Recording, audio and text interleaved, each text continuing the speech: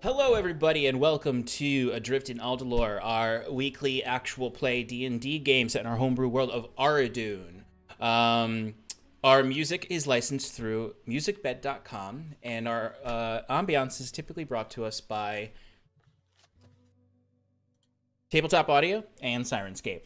And we also use Bardly to send the music to the stream and ourselves. It's it's a little thing that you can't really see us using or hear us using, but it is useful. And yes, and I'm gonna turn things over to Shannon now and talk about our partners. Yes, that's me. Hello. Happy Monday. Welcome to Paradise. I am here with all of these other goobers that you can't see, but they're here. And we're gonna play D&D after I talk about our partners, starting with Arcane Spectacles. What are you doing? Did you all just freeze frame? No, they're Anyway. excited. Well, I was waiting to hit enter. But you oh, had a very long, okay. Yeah, okay. warm-up. All right, Arcane Spectacles. Do you want to elevate your TTRPG and D&D gaming setup? Showcase your dice collection with pride using Arcane Spectacles' personalized dice display. With options ranging from 1 to 5 shelves, each one custom engraved with the name of your dice set or character, it's the ultimate way to show off your collection. Sturdy construction and a unique touch of personalization make this display a must-have for any serious gamer. Upgrade your setup today and roll for the ultimate gaming experience with Arcane Spectacles. Visit them at arcanespectacles.com. Next up is Underground Oracle Publishing. They are a best-selling, Emmy-nominated TTRPG publisher building new and exciting settings for the cipher system of every genre you can imagine. Each setting includes everything you need to explore its unique world, including lore, species, descriptors, foci, creatures, ciphers, artifacts, and all of the rules that you need to play. Their current focus is Harrow the Blighted Plain, a crystal punk fantasy setting filled with fungal oases, massive sand seas, and long-buried magitech. For as little as $3, you can join their Patreon and help shape Harrow in each of the worlds they create. Do it. They're awesome. Their content's awesome. Do the thing. Next, we have Edward Yorke. Eddie is our character artist. He is an illustrator based in the UK who makes art for games and books. To visit his portfolio and get in contact with him, visit eyorke.com and hop over to our Discord and check out the art we have for our new characters because they're fucking awesome. And Eddie's fucking awesome. Our newest partner is 1985 Games. They create affordable, accessible, high-quality accessories for D&D and other tabletop role-playing games. Sean uses their NPC cards and creates these wonderful, well-rounded NPCs for us. Yes, just like that, just like those. And you can use the code ParadiceProd, ParadiceProd, for 10% off your entire order if you order some of those nifty NPC cards or any of their other awesome things. Oh, I can change this now because our Campaign 1 backlog is up to date. All of the That's VODs true. for Campaign 1 are now live. The last thing that remains is the epilogue episode. But that'll come up soon. But everything else is there. So go catch up on our last story. Oh, I lost my spot. There I am. We also have recaps, one-pager recaps that Sean posts every week before we go live of the previous week's session. So that's another easy way to catch up. If you would like to sponsor an episode or two of Advantage in Paradise, shoot us an email at paradiceRPG@gmail.com. And last but not least, join us in Paradise on all the socials: Twitch, Twitter, YouTube, Discord, Instagram, TikTok, just all the places. We'd love to have you. I'm done. Let's play. All right, good job. Let's bring the whole Thanks. crew on over. Yeah, let's do it. Smell pretty, everybody. What? What'd you say? I say said smile pretty, everybody. Oh, I thought. What did you think I said? I thought you said smell pretty. And No. I was like, they can't. I mean, that sense too. That, Shannon. It's an unreasonable expectation of our party members. Yeah, we're all stinky. Stinky boys. Okay, Yep. let's play. All right, on to the recap. Mike, I can't. I can't. That also looks delicious, by the way, whatever it is you're eating. That really does. It's like, is it fried rice? No, I want fried rice. He's muted. You're muted. He's eating. Let him enjoy it. There's in a peace. Chinese mix bowl Mm, with brains and veggies. awesome. Yep. All right, let's let's move on. All right, so last we left off on the 8th day of Maravala, the Forest Dawn, on a Mundag. Our party traveled the road to Hyven with Septimus's neighbor, Dilvana. She planned to introduce you to the Hyven Academy librarian, Sigil, in order to inquire about work in the sale of the elemental items you've acquired. Along the way, she ensured Fearn that the man could be trusted, though he is somewhat sickly and can't quite defend himself in many matters, but tends to work well with Dilvana. Upon arriving in Hyven, the party decided to avoid certain parts of town, given Fearn, Jacquette, and Saskia's mishaps in the Widow's Ward. The party instead found a classier tavern, the Cask and Crow on High Road, just outside the Admiralty Court, the wealthiest district of the city, and home to the Hyven Academy. Dilvana split from the party at this point to seek an appointment with Sigil for them all. The proprietor of the Cask and Crow, Kana, welcomed them, particularly Jacquette, due to his flashing of coins. Despite her judgmental tone towards the others, she even welcomed Fearn and Saskia, despite their poorer appearance. They booked their rooms with minimal trouble, and Jacquette revealed his true name to the party, going by LaRue previous to this, now letting them know that he is Jacquette Touchard. Now this drew the attention of the proprietor, who recognized that surname for the famed adventurer Renard Touchard, Jacquette's father. But here the party would wait until Dilvana returned at dinner time. But now, with hours to spare, some went about other tasks. Jacquette and Saskia split off to meet with Winifred regarding information on the Bone Rattler Captain Otto Hastings. They learned, after the usual bribery, of an address for Captain Hastings' apartment in Hyven, in the Lighthouse District, an area particularly close to the Widow's Ward. Jacquette pushed his coin further and asked about Mr. Greaves, the owner of the Otter Business, the bar where these three rigged a fight, getting them into this hot water. He flashed a gold coin to show his seriousness for this matter, having only dealt in silvers before this. But Winifred refused to divulge details for her own sake regarding Mr. Greaves, calling him, somewhat insinuating that he is, like them, a client of hers. But when asked if Hyven would be better off without Mr. Greaves, she said it depends on who you ask and the depths of their pockets. She also said that if they wanted to challenge a man like that, they would need more friends. And she suggested they start with Fiora Bendega, the People's Bard. At the same time, Fearn had split off to investigate the lead on the Aradunai that he had received from that very same Fiora Bendega.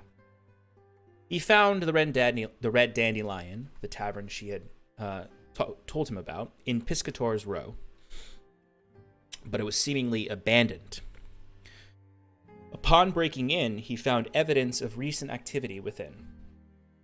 So, he left a note for Bendega, stating he would return, and that he had a message for someone named Hornless. On his way home, he decided to tread on the edges of the Widow's Ward to see what he could find. He spoke with some vagrants on the side of the street about the local betting fights, and then about Mr. Greaves. After they gave him cagey answers, he pushed the quiet one out into the street and began demanding further answers, particularly about Mr. Greaves.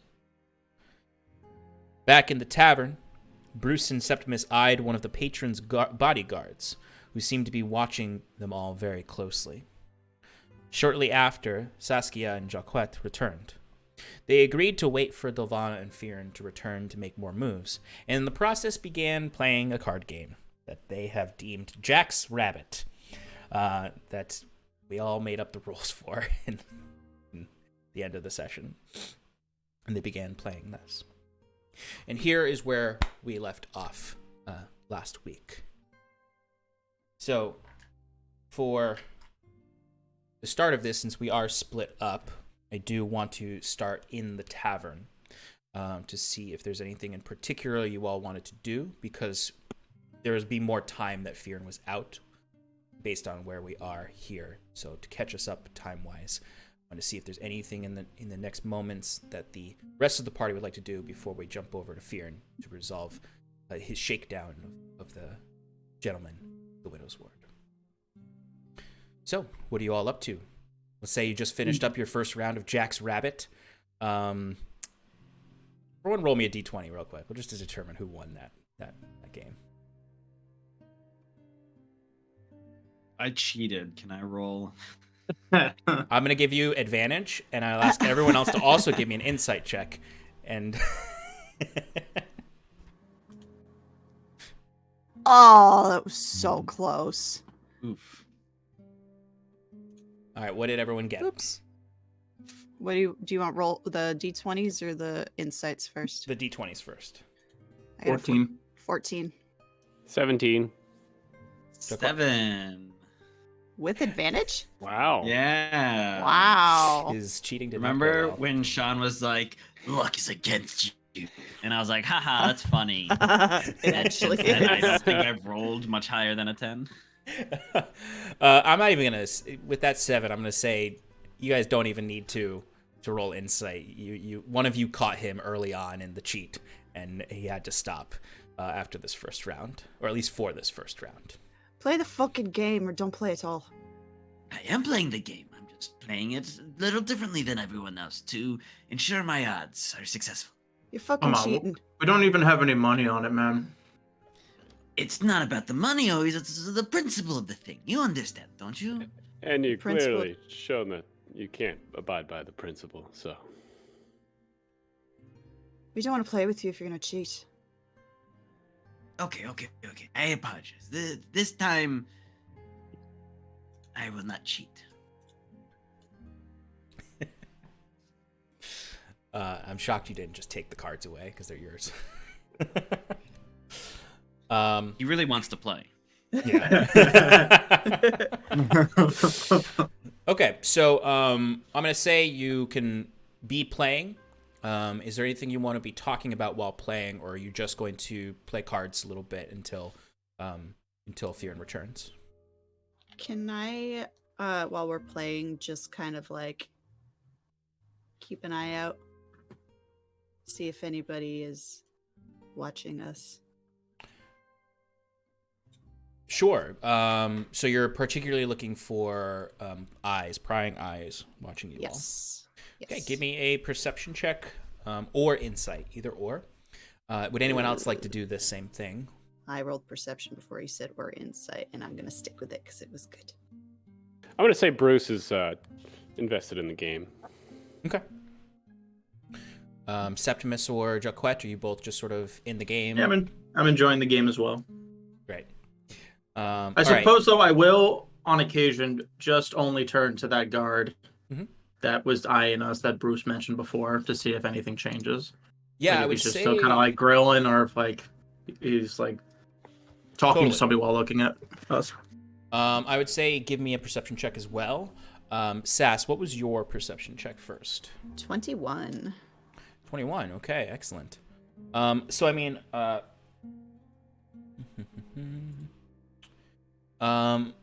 you would notice the same guard that Septimus is talking about, and you're from looking at him though, you just notice that he is watching you all, and you're not sure the reasoning though, because he is a guard. He's not like just sitting with people. He is standing in front of a booth where they have the curtains almost fully closed. Because if you remember, so he's a bodyguard. Yeah, he's not like a town guard. I thought he was a town guard. Oh shit. So here's a good reminder for everyone: there are no town guards outside of the Admiralty Court. There's only town guards in the Admiralty Court. Out here, people are left to fend for themselves, unless the town guard come out. But they don't typically leave Admiralty Court. No, this guy is a bodyguard for private citizens who you can't really see who they are because they're behind the curtains of this booth. You remember the side booths have curtains that can give them a bit more privacy. He is not wearing any kind of like insignia. The only like thing that's different than just like normal traveling clothes and clear studded leather armor, he does have a light blue scarf around his neck. But it's hard to tell if he's just eyeing you because you're the only group that's sitting in the middle of the room as opposed to in a private booth. Or if he's just doing bodyguard duties and keeping an eye around. As we're playing, I'll kind of, after slapping a jack, say to the group, "Who do you reckon's behind that curtain over there? That guard is mighty watchful." Sean, how far are we from the curtain? Would you all? So this is a question for spacing in general.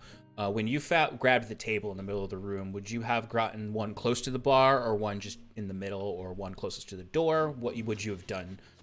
Whoever grabbed the table originally. I think that was Septimus. first go. Yeah, It was me. I really didn't have any thought in mind. I was like, whatever was an open table, but for the sake of this, I guess somewhere in the middle. Sure. Not too close to the bar, not too close to the door. If you weren't really thinking too hard about it, then I'd say it's fine to just say you went into the kind of the middle of the room. Yeah. So in that case, then, if this room is like probably, I would say, maybe somewhere between 40 and 50 feet long, so you're in the middle, so it's probably 10, 15 feet away from you. So not too far.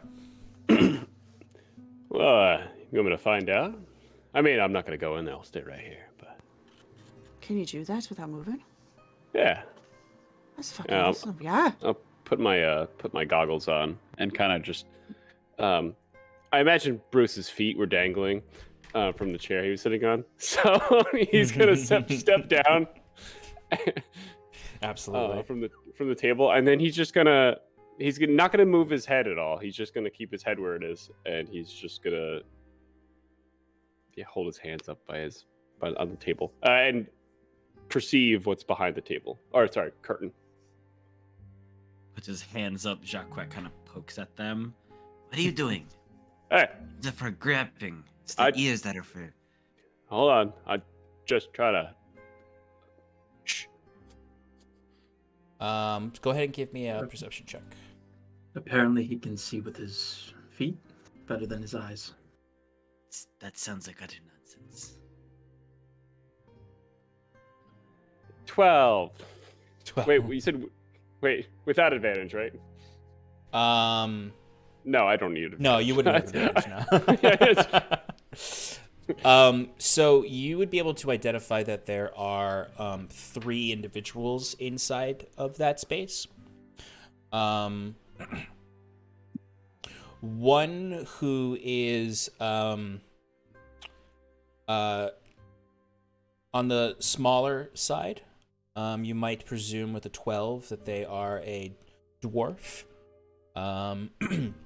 There is, and then 2 who are more standard humanoid height, 5'10" area.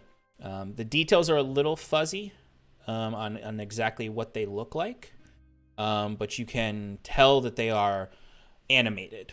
Like they are not like hunched over and quietly talking together. They are boisterous. They are, and even the rest of you can hear them somewhat under the music. They are not. It's on. Take that for what you will on what that means for who they are. But there are 2 humanoids, maybe human, maybe elf, and a dwarf in there. Mm. Okay. Do they have drinks on the table, and are they armed? They do have drinks on the table. Armed, they are not. Okay. All right. Can I tell if they have a lot of do they have any jewelry on them or anything? I mean, I rolled low. I rolled a 12, so yes, I know. Yes, yeah. I will say with that 12, you can't discern the specifics of what they're wearing, but they do seem to be dressed nicely. Like they're not in simple clothes. They're in layers of the type of layers that people with money wear. They're not in traveling clothing. Okay. There's 3 individuals in there. One shorter, two taller. They seem quite animated, and given the fact that we're in this fancy bar, and their clothing, I presume they are wealthy individuals. I mean, being from the area, I would best guess that either they're traveling merchants coming to town to trade. Clearly, they have a bodyguard to watch over them to protect them from any sort of theft, or maybe a captain of some more illicit practice, like piracy, coming into town for a good night. Not so sure. That's Is funky. that I often assume you around can here? do that. Oh, sorry. No, It's just the best guess. I don't particularly stick around for the nightlife in town here.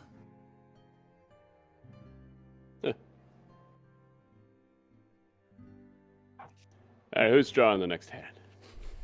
I'll do it. Question exactly. Okay. More wine? More wine? Wine? Wine? Wine? Yeah, fill me up. Is this your complimentary bottle, Jacquette, or a new one? Complimentary, I think. Cool. All right, so while you deal the next hand, I'm going to jump over to Fear. Who? Fear. All right.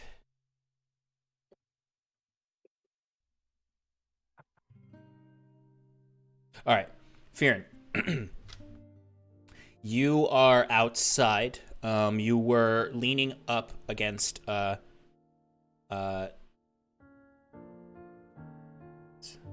too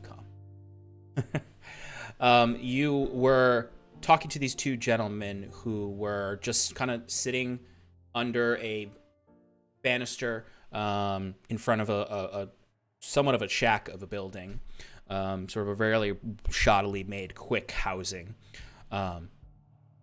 And one of them was talking to you. You were asking questions about the betting rings, and he was giving you... He wasn't necessarily being cagey so much as this one seemed ignorant of stuff, while as the other one was sort of keeping quiet and eyeing you, and you found that somewhat unsettling. So you, after the first one walked inside and the second one was trying to step out, you had grabbed him and pulled him out to ask him questions. Yeah, he said something vaguely threatening before I grabbed him, but yes. Yeah, he said something like, he had said to never, don't say that name around here about Mr. Greaves. Yeah, or, you're gonna get killed. Yeah, so you grabbed him and shoved him out into the rain in the street. It's, it's still daytime, so it's not super dark, but it is cloudy enough and foggy enough to certainly not even necessarily draw a lot of attention to this, as the streets are fairly quiet right now. But what do you say to this guy? He's not a very tough guy, so he falls down to his to the ground immediately and then starts to slowly pull himself up.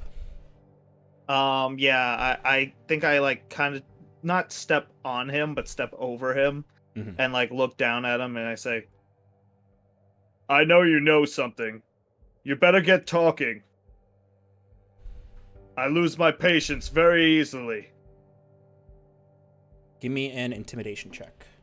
Okay. Even though I rolled a 19 last session and we didn't use it? Oh, no. We can use that. We didn't Sweet. resolve it, then we can use that. Unless you want to roll again. Nah, that's cool. I'll take the 19. Okay. So, this guy looks up at you. You know, he's just a human, probably in his 40s or 50s. You know, messy. He's got missing some teeth. Just wearing very simple rags. Has a moth-eaten hat on. You know, he was smoking a pipe that's kind of gone scattering into the messy drains. And he'll just look up and just remark,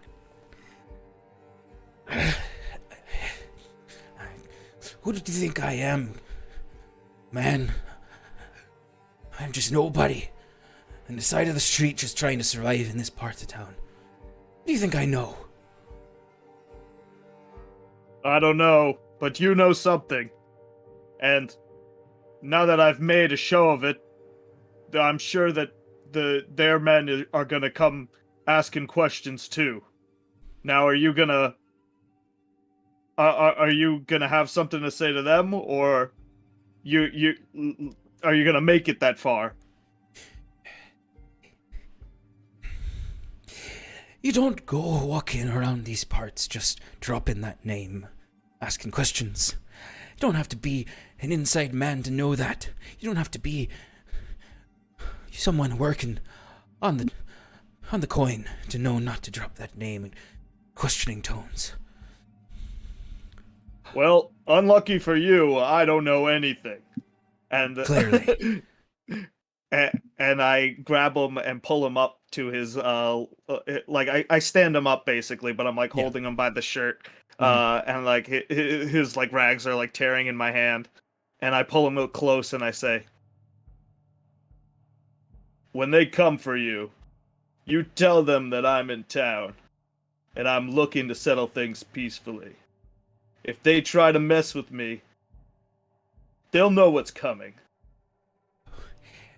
I'm presuming you're the man I think you are. Yep. They call me White Eye. Don't you forget it. And do you just kind of, do you let him go at that Yeah, point? I let him go. Yeah, he runs. He's not, the second he is able to no longer be held, he just flees back inside the house, slams the door, and you can hear it locking. And then I run off.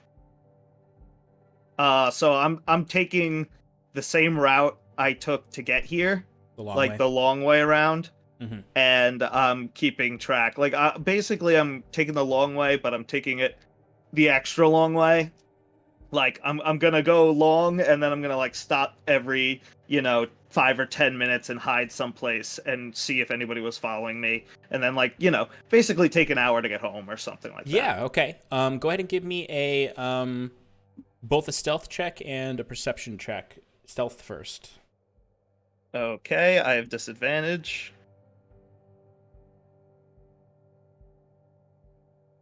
I got a 9. Okay. And give me a perception check. All right. Nat 20. What's the total? 21 total. Okay. Does it matter though, Sean? One D&D has not been released yet, so it does. Okay, so yeah, you walk away from the widow's ward and you start heading up Piscator's Row, taking this long route around to go to the Old Gate Road and move through the center of town, slipping into alleys here and there until you get back to Main Street or High Road to get to the tavern. You notice that like these parts of town are largely residential. A lot of tenement housing. This is where all the workers live. It varies. The closer you get to High Road, the more the buildings are made of more sturdy brick and timber versus some of the more larger, squeezed in, tighter housing that you find on Piscator's Row and close to the Widow's Ward and even somewhat on the Old Gate Road. But you almost feel a sense of relief when the buildings are a bit nicer as you enter High Road. and can find yourself back at the Cask and Crow outside. As far as you can tell, you didn't see anyone follow you or watch you. Though maybe as you were walking about, each of the eyes of anyone passing by felt like they were piercing or watching you, regardless of their behavior. You know, as you see the same children running across the rooftops that you saw earlier, the same mongers outside, the same folk sitting on stoops. Everyone sort of takes a look.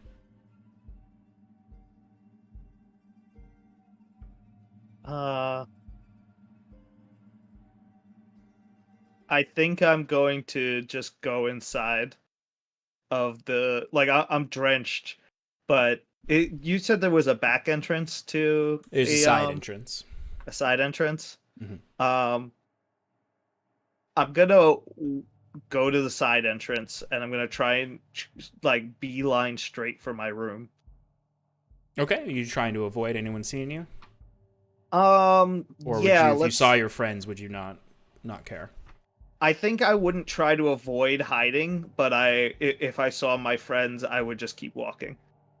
Okay.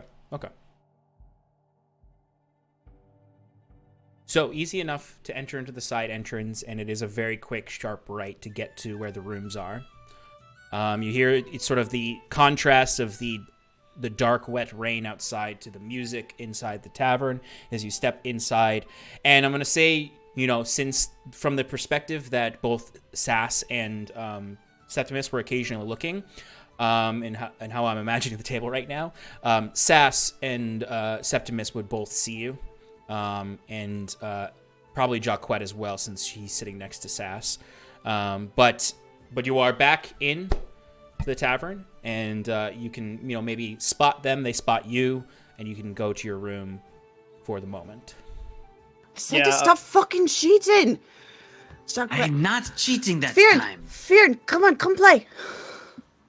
I kind of just wave them off and be like, I'll be right out. And I go to check on the raccoons.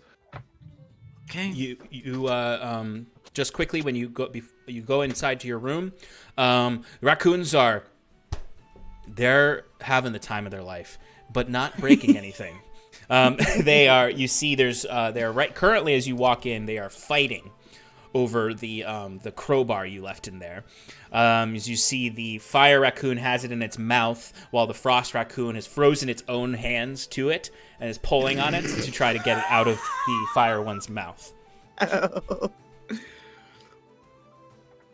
So I check the room quickly, make sure there's no poop or anything lying around, and no poop right now. And I grab both raccoons and I lift them up like I had them before, and I walk them back out of the room to see everyone else. Okay, so Fearn joins you all with raccoons in arms. I give scritches. Which one do you scritch? Which one was I holding before? The fire one? Fire. Yeah, I give the fire one a scritch. Yeah, the fire one weasels out of Fearn's arm, immediately crawls onto the exact same spot it was before, hugging onto your shoulder. Not really hugging, more like sitting on your shoulder. Sitting. Like, the way you've ever seen a raccoon sitting and they just look like a ball of slime that's just melting? Yeah. Slime's not the best way, but they look like a beanbag chair. He's loafing. Amazing. He's loafing on your shoulder, and just sort of occasionally, as he starts to slowly fall, he'll grab onto your head and pull your hair a little bit, and you can smell your hair burning a little. Easy there, fella. The frost raccoon stays attached to Fearn, basically. Yeah, I just put him in my lap, and I use him as a coaster for my beer. I just put it on his head, and it stays cold. Did you find what you were looking for? Well, I didn't really find much, but it's a good start. I left a message. Hopefully they get back to me. What exactly was it you were looking for? Well, that bard that we met is, part of a group that I'm vaguely familiar with. I'm hoping they could help us with our, troubles. Fiora, right? Fiora Bodega? Bendega. Bundega? Ben Dega. Baduga? Funny you should mention her, Jacquet says as he looks over at Sass. We Me need to and talk to her too. Saskia. Yes, we met up with Winifred to get the final bit of information. We were waiting to share this until you returned, Fjern. It turns out Captain Hastings of the Bone Rattler, you know, the bastard who betrayed us all, well, betrayed you two and caused me endless amount of grief, has a home here in Hyven. It's over on Beacon Street, which is close to the Widow's Ward. Winifred suggested we might find more information there about his dealings or location.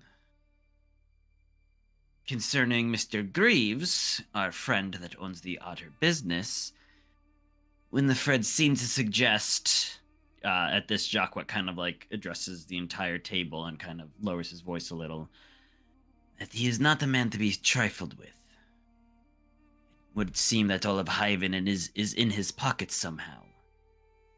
Whether that's because Perhaps. Sorry. Go ahead. I was just gonna add exposition. What were you gonna say?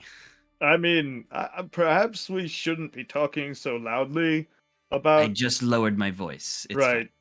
I mean, like, maybe we could come up with, like, a code name or something for him, so we don't have to say his name out loud when we're discussing him. No, see, when you choose not to talk about someone, that gives them strength. No. We don't do that here. We say his name because we do not fear him. I think I'd rather not mess with him at this moment. I think he's got a great idea. Like, what if we call him Pants? Mr. Pants. Yeah, I mean, like, when you want to make a show of it, sure, we can call him by his name. But just in case you're, uncomfortable in the situation, Mr. Pants sounds pretty good. Okay. Hey, we can get rid of the Mister if we want. We could just say, Pants. I don't know. It's up to us. Some form. Does he have exquisite pants? Or Hey, just kind of like Greaves, you know. Oh, see? I see. Oh, see, I thought Greaves as in, like, grievances, you know. That's what I was thinking. I was But trying to think of Greaves another as word. in, for like, grievance. That's where my type of head was at as armor. well. Okay, I see the connection, though it's not one I would make. Sure. Let's just make it a little funner. Signor Pantalones. What language is that? Fair, and if there was nobody there, Uh-huh. what took you so long?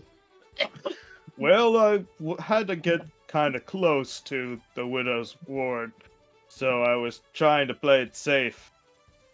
It took a while for me to make sure that nobody was following me. Was anyone following you? I don't think so. I triple checked. Better than doubling the checking. I rolled a 20. Oh, well. Why didn't you say so? I'm sure he was not followed. Well, anyways, you really shouldn't be going about without your disguise, Jacquet says as he gestures to the disguise list, Fjern. I mean, can we get like a rainproof disguise? That really wasn't working for me. Yes. Probably. I'll figure something out. Until then, maybe we just lay low for the night until we can figure out some better disguises. We need to wait for Septimus's friend anyway. Yes, of course. See what work we could possibly get. Well, Jackrabbit. Fuck! I wasn't paying Ah, attention. shit. We're talking business here, Septimus. you all know I that get- Gloveless here cheats, right? Oh, we caught Alright. him. We- Yes. Yeah. He's did this not close. He's this close from being kicked out. He's my getting better, cards. You though, can't at kick playing me out. fairly. Yeah, Watch he's me. probably the kind of person that will take the cards with him. But you don't know that for certain. didn't do it yet. Or at all. I wouldn't do it. Maybe.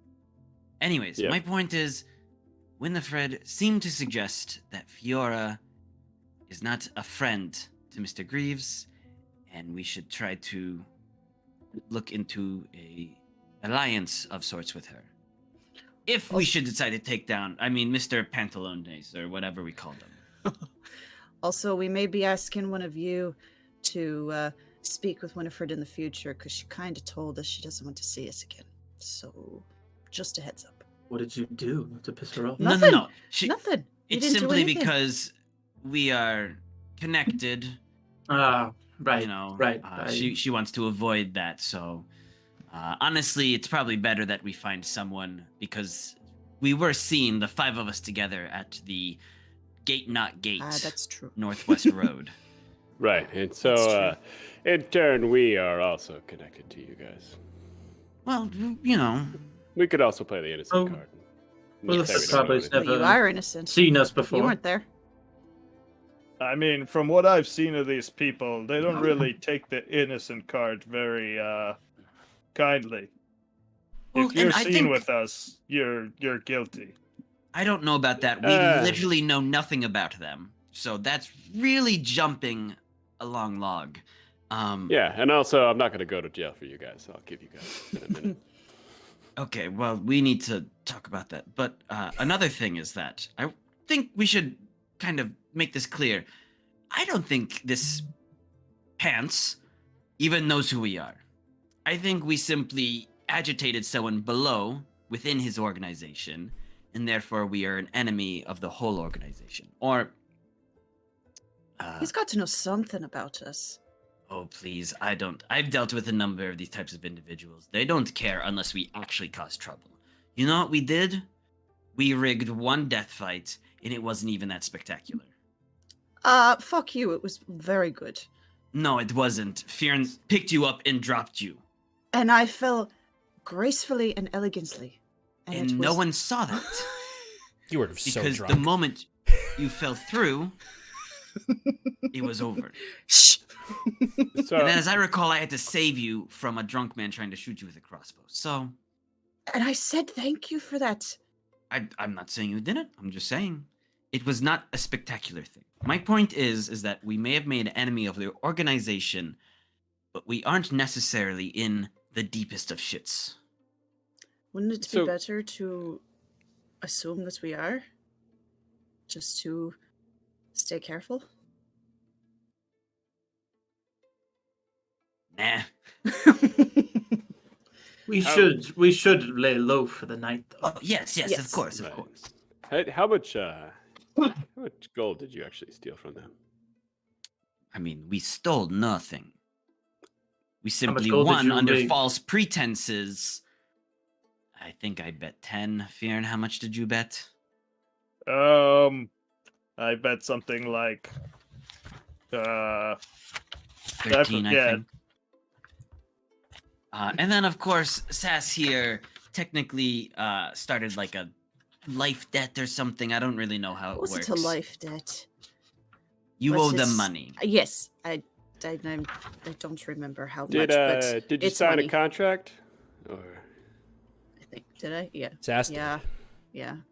was it Sass a owes magical them- contract? Sass owes them, since this was before our silver system. We'll say Right. Sass Yeah. owes them one gold and 10 silver, and was given pretty heavy interest rate on that, since she basically was borrowing money from the mob. So yeah, I mean, she did sign a contract, but then again, you did sign a contract with what is presumably a criminal organization. But Hyven, from your perspective so far, is not exactly a judicious state. And why would they keep a contract for a dead person? Like they probably just ripped it up. Are you asking this in character or out? No, I was just saying that out of Yeah. character. Well, remember, they found out almost immediately that she was still alive. Mm-hmm. So, Not that immediate. I mean, we did get the money. Right, and then that night, they found out. So the ink probably wasn't even dry. Yeah, so, I mean, I don't think it's really the gold they want anymore. It's the fact that you tried to pull a fast one on them, I guess. Yes, that is Got good. it. Unfortunately. All right, well, Septimus and I can still run around town and Correct. not have eyes on us. So, if you need food, groceries, I don't know, anything of the sort. My disguises are pretty good. I mean, okay, I'll admit, I did not do great with Fear. It's really hard to work with that. I mean, come on. Jacquet gestures to the... How tall is Fear? 6 foot something? Yeah, I'm like 6'2", and with horns. Yeah, with large horns, blue skin, heavy They go straight up. armor. Truthfully, it's less about him being a tiefling that's recognizable and much more about the Viking attire. Because there are other tieflings in this city. This is not a human city. This is you've seen a variation of every race so far. How about Tabaxi? Okay. You've seen Tabaxi. Well, you have. Well, actually, no. Bruce, you probably actually have, because there were the workers in the Harlequin and Chalice. There's a Tabaxi. There's a few others, and then you all saw the tiefling at the blacksmith workshop. So there's no one here is of a race that is not represented in this city.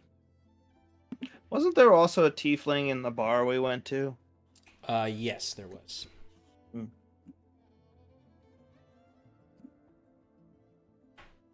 So it's much more about your idiosyncrasies that are more noticeable than physical appearances. So Fearin is more noticeable for his great size and weaponry and northern attire. Sass is more noticeable by her eye patch and bright silver hair and loud persona. And Jacquet is much more noticeable for his riches that he had on: rings, jewelry.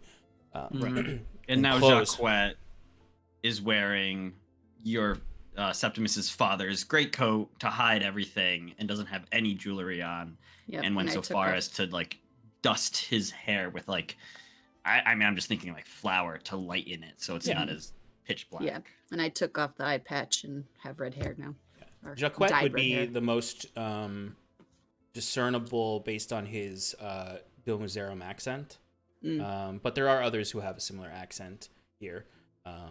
And for his lack of knowledge of Aldhalor. The three of them would be very well, Sass less so, would be more so caught off by like their very much lack of knowledge of this region. You know, some new Gwen Valeri Tabaxi is around, covered in jewels, throwing money around, fast talker, will rip you off.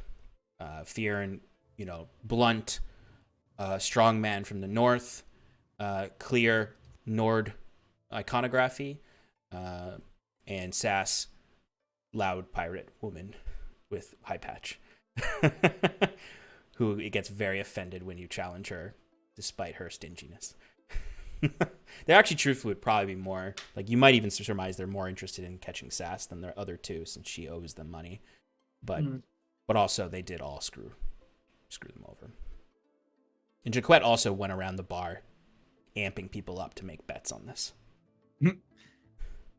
I wasn't gonna include that. Yeah. So his grift was not just screwing over the bookie that night, but also several people in the audience, including my good friend Finch.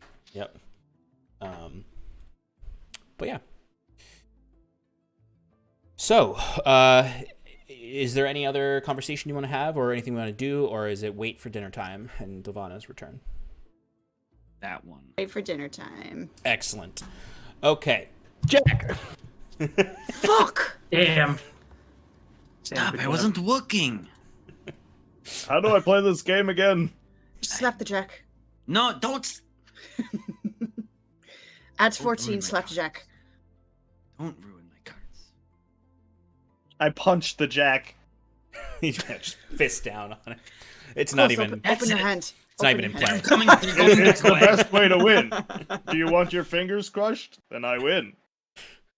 Yeah, Jacquet, you look at your very well kept cards. They all have bent corners now. No, remember, these are not well kept. Oh, cards. you're right. And actually, I wanted to make this point earlier. This is a marked deck. Jacquet knows what everyone has at all times. So I am a little not offended that you would not allow me to make like a deception or a sleight of hand or something against their insight. Sure. Mention next time that it's a I'll marked play deck. Huh? I didn't know it was a marked deck. I think okay, that's fair. I'll allow it that they caught me cheating the first time. But because I thought you were cheating in like a less like certain you will succeed way. So No. I'll be happy to say that they didn't really even catch you cheating. They just thought you were cheating.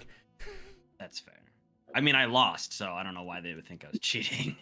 Yeah. That was the other thing is I lost. Because they're not the grifting type, so they just assume you're cheating every round. I mean, you lied about your name. That was to protect this. No, my name is LaRue, and Jacquet is You're the losing a new lot of name credit I'm here, giving Doc. myself so that they don't know I'm here. I have many names. I'm a man of many names. What do you want? It's at that point that Kana would step up to you all. Interestingly, the group of people with the bodyguard have not left yet. They seem to be languishing here, while other folk that you saw here have left. A lot more people are coming in now, to the point where you're no longer the lone table in the middle. The general restaurant is filling up at this point, where you no longer have to like talk in hushed tones because the rancor of the room will likely conceal you. And the guard is no longer watching you all as the room starts to fill up. Maybe occasionally staring at you. But you, Kana does come up and does look at you all and says, all right, there's I said the animals stay in the room. Not at the table. I forgot. I mean, honestly, I was just trying to keep them out of trouble.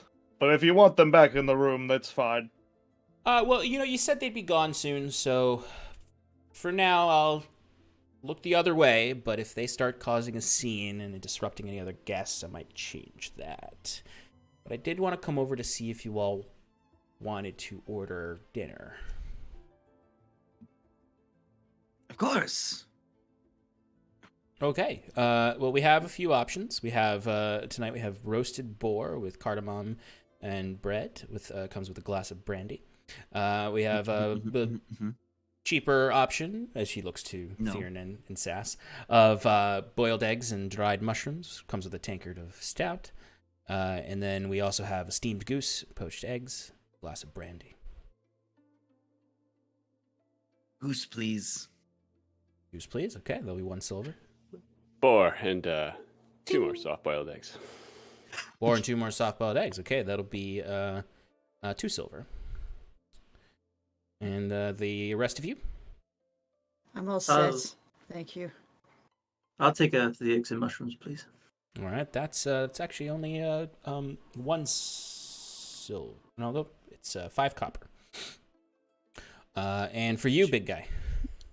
Well, to be honest, I want the goose, but I'm a little short. I'll take the eggs and mushroom as well. All right. 5 copper it is. There's nothing short about you. Thanks, buddy. And would you like to stay here? Or I know a few of the private booths have opened up. What's in the private booth? It's just a little privacy. Seems bad yeah. idea. Hey, how much is the private booth? Private booth, we just add a silver cost to each of your bills. So for you all, 5 silver for the whole lot. I would have bought the goose. Jacquet takes out 5 silver and hands it and goes, "Let's move aside." Oh yeah, I also forgot to tell you. Well, the goose is actually 3 silver, but your friend here has a discount with his room.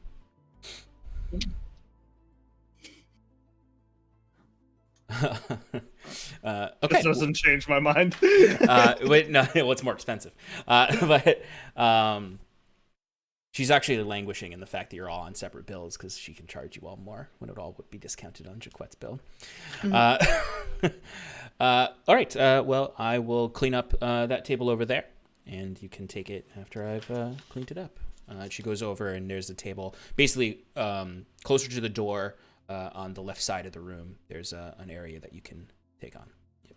Is it near the 3 individuals with the guard? No, it's actually it's actually the opposite side of the room. So it's not like next to it, but you wouldn't be too far from them, or you'd be across from them, basically. Okay. All right, so you can gather there, and when you get over there, she also brings over your drinks first: tankards of stout for Septimus and Bruce, and a glass of brandy for Bruce. Septimus and Fionn get the tankard of stout, and Jaquette gets his glass of brandy. But Septimus, go ahead. Where's the yeah. restroom? Where's the restroom around here? Is restroom, down the hallway over there? Yeah, totally. Yeah, over by the side entrance, just before you get to the stairs that lead to the rooms. All right. Thank you. Septimus slides his tankard of stout to Sass. He's like, you can have mine. Oh. Thank you very much. As we're moving along to the private booth, can I scope out any people that are finishing and let my mage hand kind of take one for me on the way? You can try. I'd like to try, please. Go ahead and give me a perception check.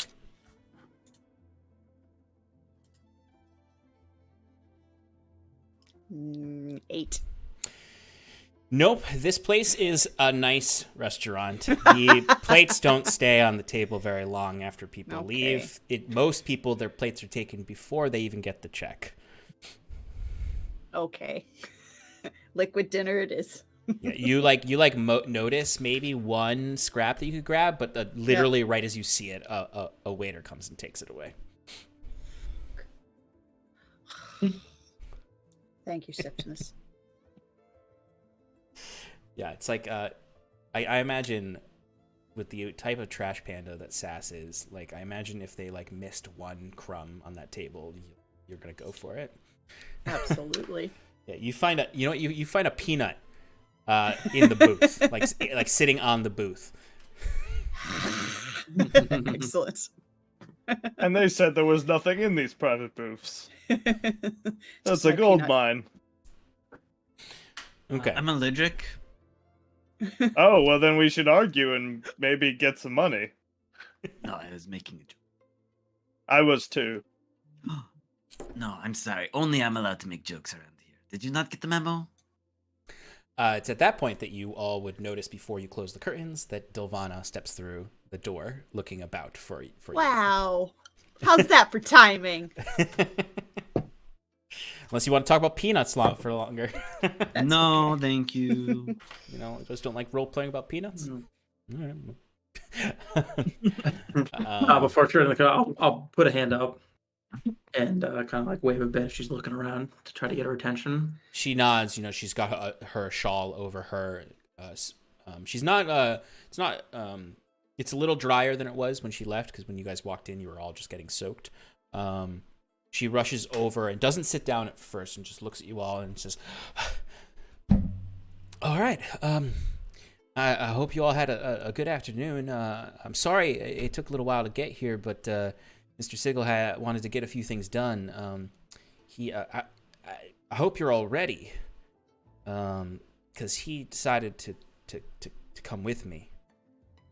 Oh, He's outside in his carriage, and if you're ready, I'll bring him in. If not, then we can meet him in a little while. Oh, well, we did just we just ordered get ourselves a food. private Would you like booth to- here. We were actually Join kind of us? hoping you'd be ready tonight. Oh, great. Yeah, I can bring. I mean, are you ready now? I can bring him in right now. Sounds good to me. Bruce! Bruce, are you done taking a piss? I'm sure he'll join us when he's... I don't think that's the kind of thing you yell in a place like this. Ah, nonsense. You can yell whatever you want. I'm paying them. That's how it works. You fast talkers. All right. I swear my decibels per sec. I don't know how you measure the speed of talking. Well, there's slow talkers and there's fast talkers, and you're a fast talker. I swear we speak in the same cadence. I don't think you're right. It's just maybe it's something about the way I'm hearing you. Do you hear that? I'm not quite a level 3 mastermind rogue, but if I was, I could mimic your voice exactly. Mimic my voice? Isn't that grand? All right, Well, well, I'm not there yet. Oh well, we're always a work in progress. That's what I always say. All right, I'll go grab him and help him in. Is there? Oh yeah, there's enough room. There's enough room. And she steps away. So you have a few moments if there's anything you want to say to each other. Yeah, at the exact same time, Bruce comes back as Delvana walks away. Did you have a good pee?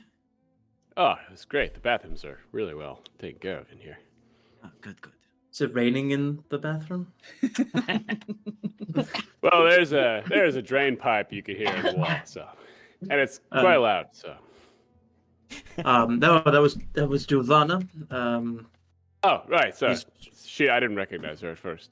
Took a quick glance. I don't have my contacts on. She'll be back in a second with her contact. Oh, that's wonderful. So I guess if you guys you probably shouldn't take your hearts out or whatever it is you want to try to sell to him. Oh, I was like, what the fuck do you mean take your heart out? Like, Jacques has his hand about to plunge into it. yeah, I'll sell anything. some Indiana Jones shit. Bjorn hands the second raccoon over to Saz as he scavenges through his backpack and pulls out a lightning poison heart, a regular ass poison heart, a prismatic heart of the raccoon shaman, and some more rations for the raccoons. Excellent. Jacques summons Robespierre, and Robespierre walks up to the room, grabs the bucket of prismatic fluid, and comes back down. Excellent. Any other? I think that's everything that you all have. Sass. I'm holding both raccoons. Yeah. Just roll me a Constitution saving throw or a dexterity saving throw. Either con or a dex saving throw. I'm gonna do dex. You got it, boss. Oh, that's a natural 1 for a 4. Oh boy. Okay. Oh boy. Sass. So no, you're not taking wait. damage or anything or any conditions. This is just going to be an aesthetic thing that happens to you. Okay. That it's like as everyone's putting everything out is when you start to really notice the smell of your hair burning. And you go to reach, and there's a big patch of your hair that's been burned away by the fire raccoon. It's not like where like it's like burned to the scalp. It's just like there's a set of hair that you just pull the ends off that just are completely burned away, and there's just this cowlick that comes off the side of your head. No. Like that. Exactly. It's like her hair is obviously longer than yours, but the the patch of hair that has been burned is now the length of your hair. It's down there. I take the. What are you doing? No. I'd like to keep my hair, thank you. No. You can sit right here. Are you sure? It's not so bad being bald. No, I like my hair. Thank you. I like feeling the sea waves through it. You can see there's this little patch on the raccoon's fern where there's just this singed parts of your hair there that are just burning away. Oh, it must smell awful in here. It does smell really bad right now. Oh, man. Just out of curiosity, I couldn't see very well. Was that a tentacle that you spawned, Saskia? Is that a... Yeah. Oh, That's exactly what it was, yeah. Is that a It's part of the magic normal? I can do. Oh, all Yeah, right. I can summon a tentacle if I want to. She's a sea witch. I just never heard of them before.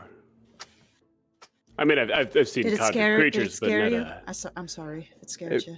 a lot of things scared me that day. So, That's fair. I'll warn you next time it's coming out. thank you. Does it look bad? Does it look that bad? You look No. great from here. It's not Like flattering. I said, helps the disguise. You're doing great. You see the raccoon is just eating the end of your hair that Oh. got burnt off. Like the And now you're gonna fucking eat it. Insult to injury. What? It's better than it smelling up the place. that still smells pretty bad. Okay. So now that that's been covered, you would see the door opens again, and instead of Dolvana rushing in at this point, you see Dolvana is holding an umbrella and leading a gentleman inside, and she's closing the umbrella as he enters. You can see he is his back crooks over. It's impossible really to tell his age because you can't see his skin at all.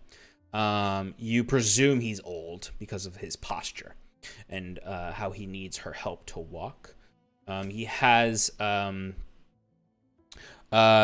exactly he doesn't have a robe on, but he has a tunic that kind of has the belt high on the waist, and then there's the parts that flow down, probably down to his knees in two kind of points. That has just sort of this nice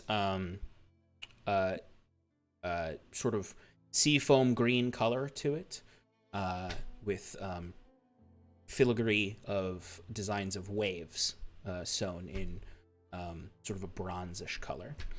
Over that, he has a white cloak, shoulder cloak, that just goes over the tops of his shoulders and then comes up to a hood. The cloak is white with white designs over it that look like clouds, and then just sort of a gold trim on it, and occasionally there are sewn in lightning bolts with the whitish gray of the clouds. He has a mask on, and his wrappings that go up his neck, so you cannot see his skin at all.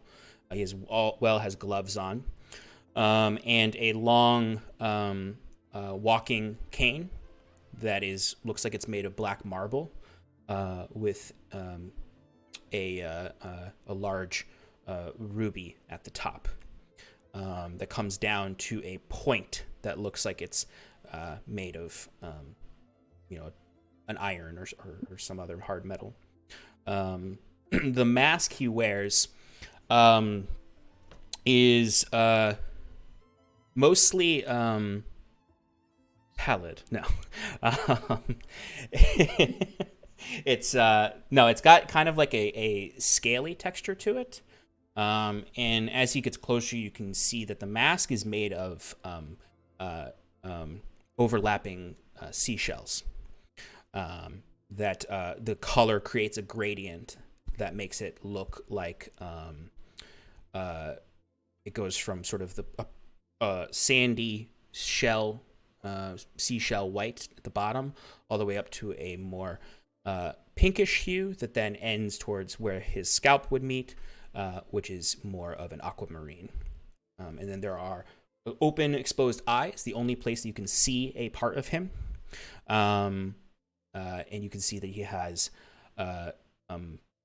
one blue eye and then one clouded over eye that looks like it was probably at one point green in color. Mm. I immediately like him. I like his aesthetic. As he's approaching, Jacques leans over to Sass and goes, "Ah, the sea wizard to your sea witch." I was thinking the same thing. His eyes even look like mine. Is that your father? Is it? No. Oh. No, of course not. Never seen him before in my life. Your father or... This gentleman. Oh, sorry, just... From looking at his eyes, though, the more perceptive of you, so anyone with a 13 or higher passive perception, can get a better glimpse of, like, or guess, I suppose, at his age. You don't really see wrinkles around the eyes. In fact, they look quite young, other than the opaque color of one of them, which, Sass, you can commiserate with. There aren't exactly, like, heavy bags underneath them, and there's no, like, spots or anything. If anything, the skin looks quite smooth around the eyes. But Dovana is helping him, and his back is kind of crooked down as he walks, and it does look actually painful for him to walk before he eventually looks up to you all from his feet and sees you and raises a hand as Dovana looks to you all and says, well, Mr. Sigil, this is my neighbor and his friends here. Septimus, thank you for meeting with us. He looks, and at this point, he kind of stands up a bit more straight and steps forward and leans on the table to kind of take the end seat and holds his hand out to shake your hand, Septimus, at your introduction. Mm-hmm. I will respond. A pleasure to meet you all. I am supposing that Dolvana has told you a bit about me. And I see here why she decided to bring you here. As he looks and kind of holds his hands out to these two raccoons sitting in the middle of the table, one finishing up munching on Sass's hair, and the other one just kind of like slapping the table, and it then like freezes where it slaps. Its hands are too small to like make a loud noise as it slaps, but it just sort of is like playing with ice it's creating on the table. Yeah, that's right. I mean, they came to me to trade these things, but they were more interested in coin, and I didn't have coin to give, so I figured maybe, given your circumstances, you might be able to make an exchange with them. You see, he just looks to the rest of you now, and just holds his hands out. He doesn't say anything about it, just sort of an invitation to introduce yourselves. Fear says, they call me White Eye, and Pavana says that you're a friend to the spirits, and that you'll treat these little ones carefully and kindly. Ah, a man of the north, I presume. Are you familiar with the Glaciermen? I am. Not thoroughly, but I have worked with folk who've made exchanges with the people of the north.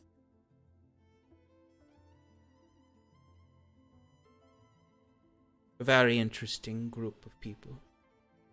Curious at their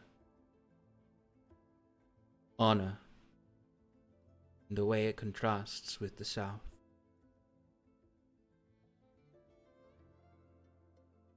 And the rest of you. You'll want to be careful with these little rascals. You can see he's eating my hair. I'm Saskia. I like your vibe. Thank you. Yes, these are dangerous creatures, but when you know how to talk to them, less so. He looks to Bruce. I don't have anything to trade, but here, my name's Bruce, and here's my business card. He takes it and looks at his... Ah. Koboko. That's right. I believe I had a discussion with someone who was working with your local representative about construction Yeah. at the university, the academy. And who might that be? Didn't catch the name. All right, that's fine. We're expanding. We're trying to expand over here to the Outdoor Islands. So slowly, but Burgeoning market. It's a smart move. there's a lot of land here that could be expanded to. So There's also a lot of conflict. And then his eyes look to Jacquet. Kind of playing it off a little nonchalant. Jacquet's like leaning back. He's got the brandy in front of him. He's like, hello. And then like going to stand up and like doing that awkward thing where you try to stand at a table where you're like leaning over it. He's like, Jacquet Touchard, in honor. I'm a bit of an academic myself. If you've ever heard of the College of Eloquence. Yes. I'm familiar with the chapters of bardic schools. Fantastic. Where was your education? Domuserum at the university there. Well, quite prestigious for Gwendolyn. And he shakes your hand. He probably shakes your hand longer than everyone else's, though. As you're kind of like, as you're talking about universities, he keeps shaking your hand. And he's like, he just keeps looking at your hand as you do that. As I'm shaking it, yes, I had a number of well-renowned professors. Maybe you heard of Professor Mikhailov. He was quite renowned for his use of illusion spells and the magics he could weave with them. They say that he once was able to convince an entire city that a dragon was attacking. Of course, no dragon was there. I can't say that I am familiar with Mikhailov, though I'm not very familiar with a lot of the Gwen Valeri academics, save the ones who've come and made the trip. Some representatives of the Elysian board, a few from Trinwald, not as many from Domuserum. More merchants come from that city. Makes sense. We are known for many things in Farathris, but our universities are not quite as renowned as some of the other. Certainly. Several items of note from the Oxland University are from the lands in these parts. Elysians, interesting group of academics, seem more interested in escaping the eyes of their Twilight Shepherd, as they call him. Can't say I'm familiar. I tend to keep out of the business of haughty elves. I respect Boring, that. drab bunch.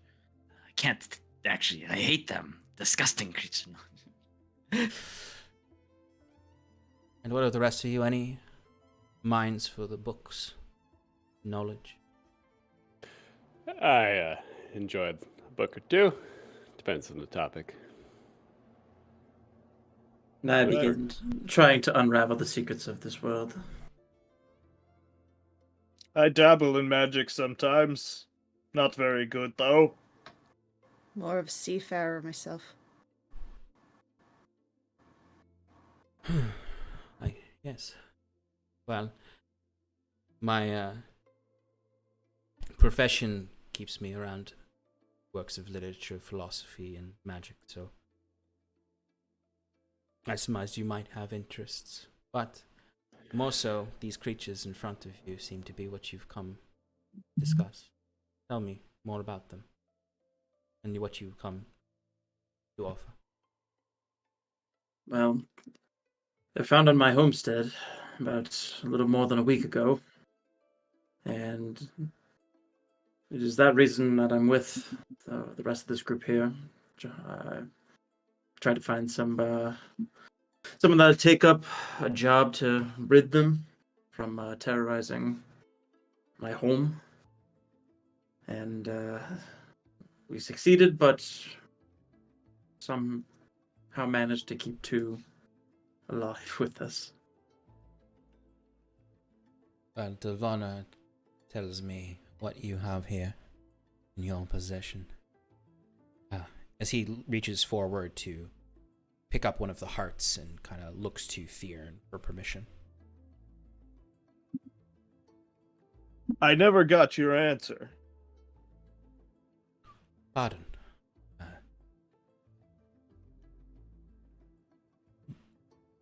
Delvana explained to me your penchant for the spirits, and you could call me a man of respect for such things. As you can see, I have an interest in the elemental forces at play in Aldhalor. The volatility is a concern for myself, less so for the Academy. But I have enough sway there as the keeper of the library to ensure that my research and Delvana's can continue.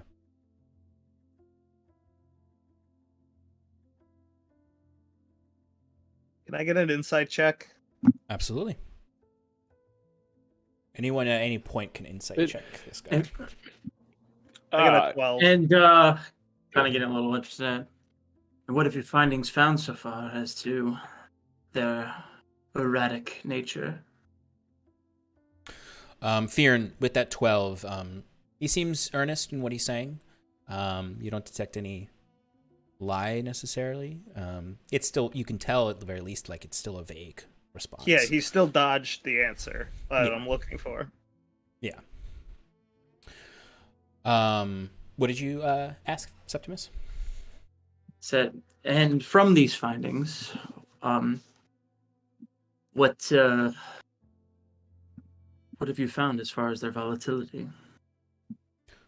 I can see, much like Delvana, you are all fast friends. But now my interests are in what you have before you. Perhaps when we are more acquainted as colleagues, I can share some of our research. Jacques is slowly motioning to Robespierre, who walks forward, that you can't actually see Robespierre, with the bucket of prismatic goo. And Jacques pipes up and he's like, I do have, I believe, what did you call it, Septimus? Vessenblot fluid?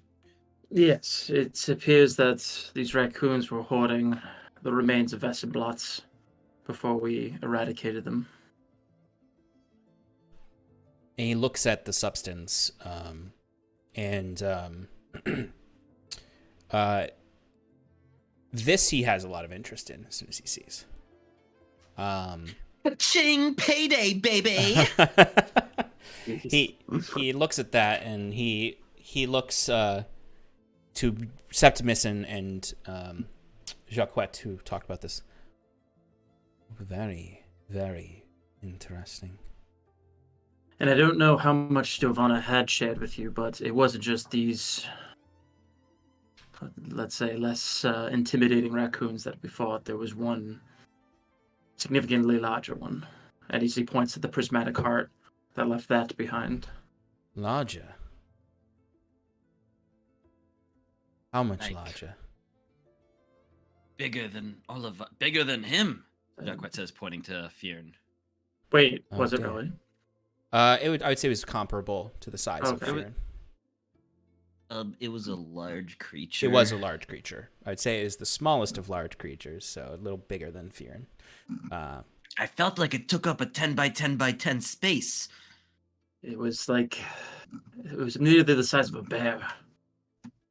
Oh dear. That sounds like a dreadful experience for you all. Didn't it have something on it? Fearn, didn't you? Fearn kind of just grinds his teeth as he pulls out the bracelet that it had on it. Mm-hmm. And I said, I basically put the bracelet on top of the heart that had like the prismatic heart, and I keep my hand on both of them, and I say, it was doing some sort of ritual in the backyard. Not sure what its purpose was, but it was quite dangerous and made a lot of mess. Kira. Also, I don't know how much you know about the Vestensblot goo, but don't touch it with your bare hands. Jacquet Oh. snickers. Well, of course not. I wouldn't recommend touching any of the elemental artifacts without caution. Of course. Everyone knows that. Jacquet coughs. Excuse me. Excuse me. And this all occurred on your property, Septimus. I'm sorry. This all occurred on your property, Septimus. Unfortunately so. And it's made quite a mess of my living situation. And had you noticed these creatures before, but not affected by such magic? Or was this whole born on your property in this form? I mean, I would see a raccoon here or there, occasionally beforehand, but it's as if the larger one attracted a swarm and mutated them somehow. Changed their physical appearance. They were drawn to it and were doing its bidding. I think it might be good to mention that one of them, was able to write in common. They wanted to rebrand Septimus's homestead as what was it? Raccoon Town? Yeah, it's as if they gained some sort of intelligence, which is interesting. More disturbing, if you ask me. Yeah. Even the Yeah. little ones I think they understand what I'm saying sometimes. Curious. Rising sentience, awakening, if you will. What do you make of all of it? Well, that remains to be studied. And perhaps if we can work together more, we can include you in those studies or those privy data points. And where exactly can we find your library and your research? Well, if we agree to a continuing working relationship after this, I can give you access to the Admiralty Court and at least access to the library of the Hyven Academy. You may not be allowed in the other parts of the grounds, but I can at least assure you entrance into my domain, as it were, there. I think a working relationship would be just fine. And I take the large prismatic heart and I put it back in my pack with the emblem and say, as we get to know each other, we can perhaps make better deals. I look forward to working with you. And then now for the trade. Yes. What are you willing to part with at this time? I pushed the other two things and the two raccoons. Yeah, To the other end preferably of the the table. preferably the living ones right now. They're quite burdensome. They're not so bad. Wait, no. Don't we want to get rid of all of them? Because those other ones that are just hearts can just become these. Well, Dovana had to do some kind of magic, didn't Right. she, to resurrect them? But look, what if we just elbow into it and it just kind of pops up? I don't know what she did. What if we accidentally say boo and I don't remember the words that she said. Then it'll Yeah. be Fearon's problem. The hearts are on him. Let him decide what No, to do. Right, no. exactly. Let's get rid of all of them. Is what I'm trying to get at. I'm on the same board as him. The less we have to deal with these things, the better. No offense to our friend here, our new associate, but I don't know if his facilities are safe enough to hold these creatures, if he's telling the truth about using them properly, or what he plans to do. I'd like to hold off before we give him something as dangerous as that shaman heart before things go bad. If it somehow escapes its heart prison or whatever, I'm sure we can handle it. Why don't I offer you this deal to assuage your hesitancies, White Eye?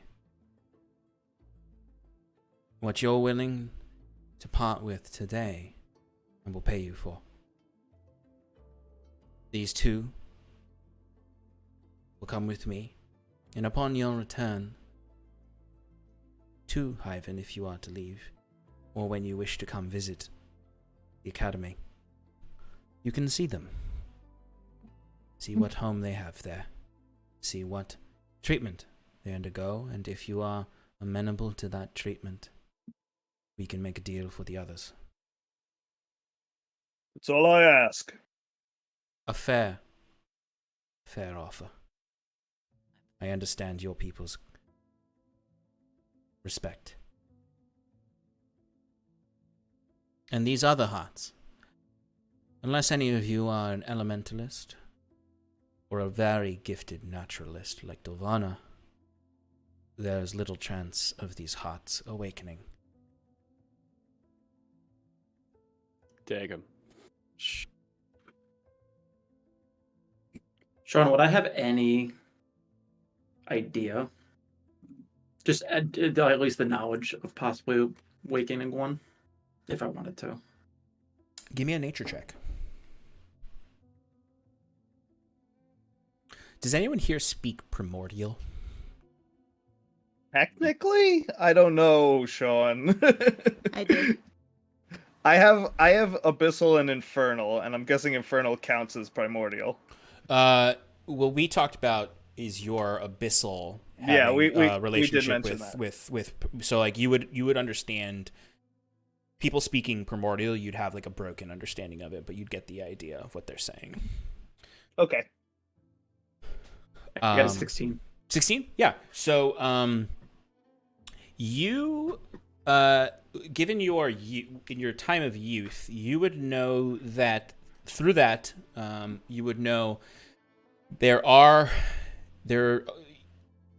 you never met one in person other than Dovana as an adult, but there are two sects of people who deal with the elements. There are elementalists who are druids, sorcerers, people who or clerics, people who have deep intimacy with the elemental magics, people who are reverent of it religiously. You might even as a child had until your disposition changed aspirations of becoming an elementalist. And then there's naturalists who don't necessarily not have a respect for it, but are more interested in the material study of elementals. So you would have, when you were younger, you might have even really hoped desperately that one day you could awaken an elemental from an artifact like this. Gotcha. And you can imagine Dovana's respect for it, given her nature was in a naturalist's perspective. She has reverence in a semi-religious way towards the elements, but it comes much more from a curious mind than a reverence and fear of the elements. Got it. Um, Okay, I was just curious. Yep. And As far as more of now, like I want to, bring these things back to life, but it's like, will something actually trigger it potentially? Yeah, you would have you'd be comfortable enough to know that they aren't going to accidentally be triggered, although you would feel maybe semi uncomfortable with the fact that if you ran into an angry elementalist and they found these on you, they might know a way to awaken them. Yeah. And Sigil would kind of, even like what he says here would even make you understand that more, as he would say, Delvana, brilliant as she is, knows the awakening of these creatures from a naturalist perspective. Yes. So we are much more interested in a respectful study of them to understand versus a reverence. In my pursuits to be more transparent with you all are in search of answers to the volatility of the elements of this land. It means, or in search of calming those elements to help the people of this land not suffer so much each day. I think this hits home with Fearn. And he says, "It's true. The elements have been acting more sporadically than normal. I don't know what the cause of this is, but clearly it's worth investigating." Yes. He looks to Jacquette and to the bucket of pheasant blood goo. Now this is a rare substance. Of course it is. That's why I lugged it all the way here by myself with no one else's help. It is not often that we witness pheasant falls. Much like the death of a whale in the ocean, the corpse sinks to the bottom to create new life. Pheasant blots, we have found, I believe, fall similarly. And unfortunate for you, Septimus, one fell near or upon your territory. But we have not seen what the effects of these corpses on their environment. Yes, that's all well and good, but how much can you offer for it? What are you asking for?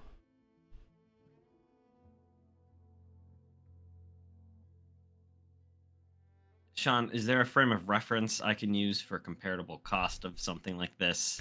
You can give me a nature check for that.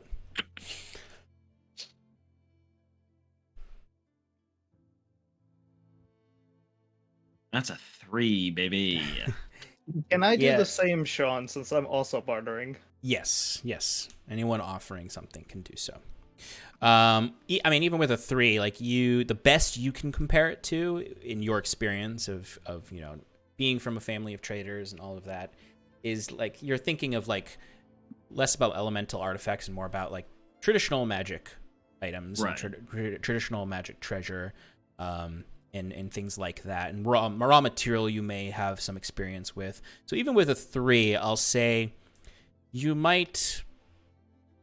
think you could get something in the golds versus the silvers, but how much you're not sure.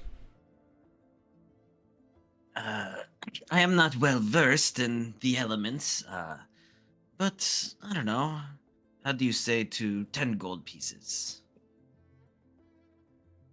It's never been studied before. Clearly now is the perfect time.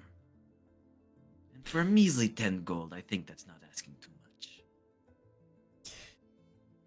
No, I can hear the merchant behind your voice.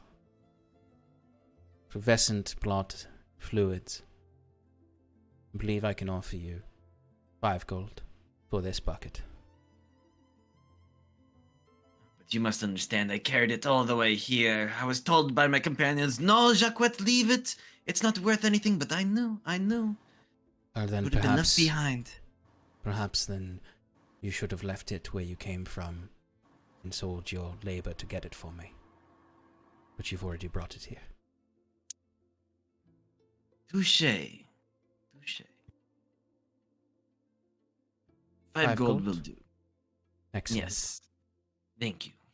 And you see he takes out a very small coin purse that he slowly opens up and takes out 1, 2, 3, 4, 5, and pushes it over to you. Septimus is kind of like just like clenching his fist for like a minute. It's like, if I didn't hate the element so fucking much and maybe like thought there was some value, I'd get some of that gold. Jacquette's gonna take one of the gold pieces and give it a bite. It's legit. They're real gold. Real gold? If you bite right through it, it's actually soft wood. You thought it was a Patty's fool. Day. It's chocolate. Oh, delicious. You never specified what kind of gold. I always carry around a bag of chocolate gold.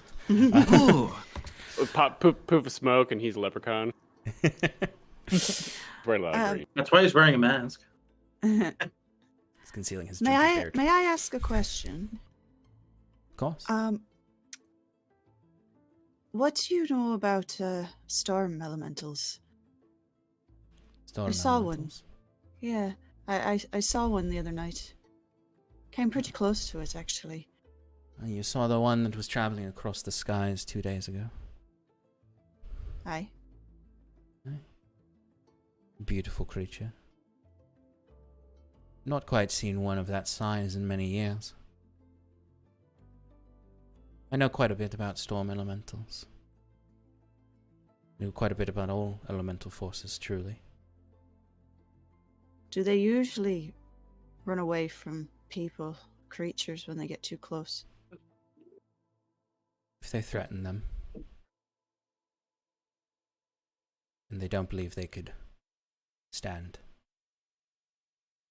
They're like any other animal, truly. They feel fear, pain, as well as affection.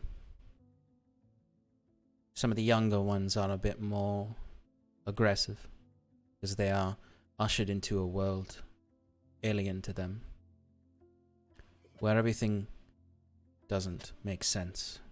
Everything is imbalanced. Everything is separated. And they rage against it out of fear. They grow wiser as they age, more one with their community, more one with their environment, until sometimes you don't even notice them at all. Behind every storm, some elemental force. Sometimes they're a bit more present.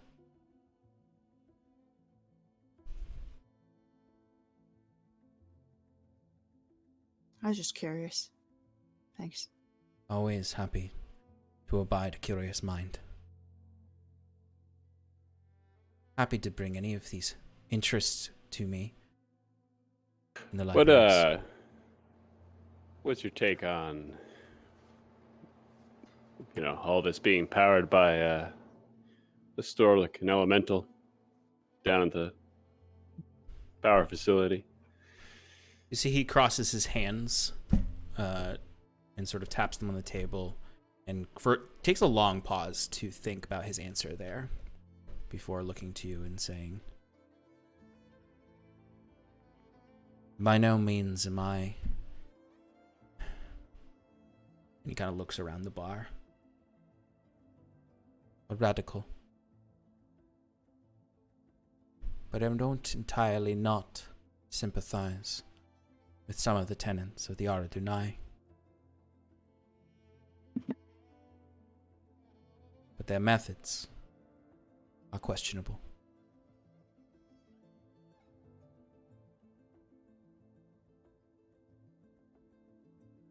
But those who build here and go through the effort of capturing elementals.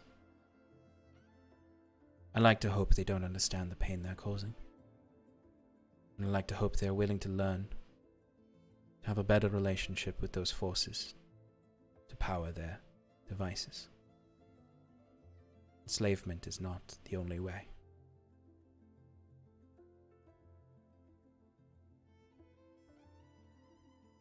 Could I get another insight check from that statement? Sure. Go ahead. 11. The best really way you can tell is, like anyone here, if you ask them about something controversial like that, they're going to be a little careful about what they say, especially if they don't know you well enough yet.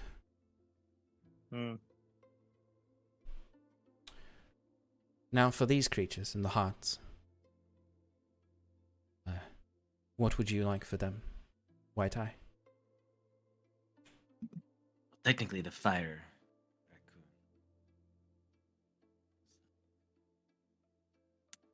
Gloveless Hearts. is the money man around here.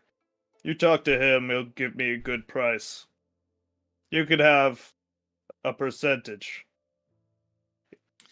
At this, Jacques leans forward and goes, yes, so let's talk price. So for 2 live specimens, I think a gold each should suffice. As for the dormant hearts, let's say 5 silver apiece. Does that One sound... holds 2 elements. Okay, so this one's special. It has 2. Right. Double the price of it to 10 silver. You run a hard bargain, Mr. Touchard. But I believe taking on the live specimens is much more costly to me. But you have so much to gain in your research, don't you? Which in turn generates more coin. It's an investment, isn't it? And sometimes an upfront high cost for investment yields even higher returns. Give me a persuasion roll. Yeah, you bet your ass. Oh no, I rolled a natural 1. Well, unfortunately, I don't consider anything lower than a 10. So that's a 17, Sean. Eloquence. I believe, out of respect for a new partnership, I can abide your prices. I'll give you 2 gold for these raccoons. And I'll give you 10 silver for the hearts. So how many hearts in total do you have, Fjern? I have 2 hearts. One was a poison, and one was, I want to say, a lightning poison. That's about it. Sounds right. I have it in my inventory. I'm pulling it Wait, up. didn't you? Yeah, lightning poison and a poison heart. Didn't you pick And up then- all the hearts? So one of the hearts was a fire heart, and then there was also the prismatic heart of the raccoon shaman, and then the rock heart got eaten by the shaman. So that's Right. one less. But for every raccoon that dropped, even the raccoons back at the gate, didn't you collect all of those? Oh. Yeah, you actually probably have more like at least 5 hearts, I would say. All right. Yes, the shaman did eat a bunch of the hearts. I thought he only ate the 1. No, Yeah, he ate only 2. ate the I thought he ate 2. Okay. But I I put have the it other actually. one I away. do have it written down somewhere.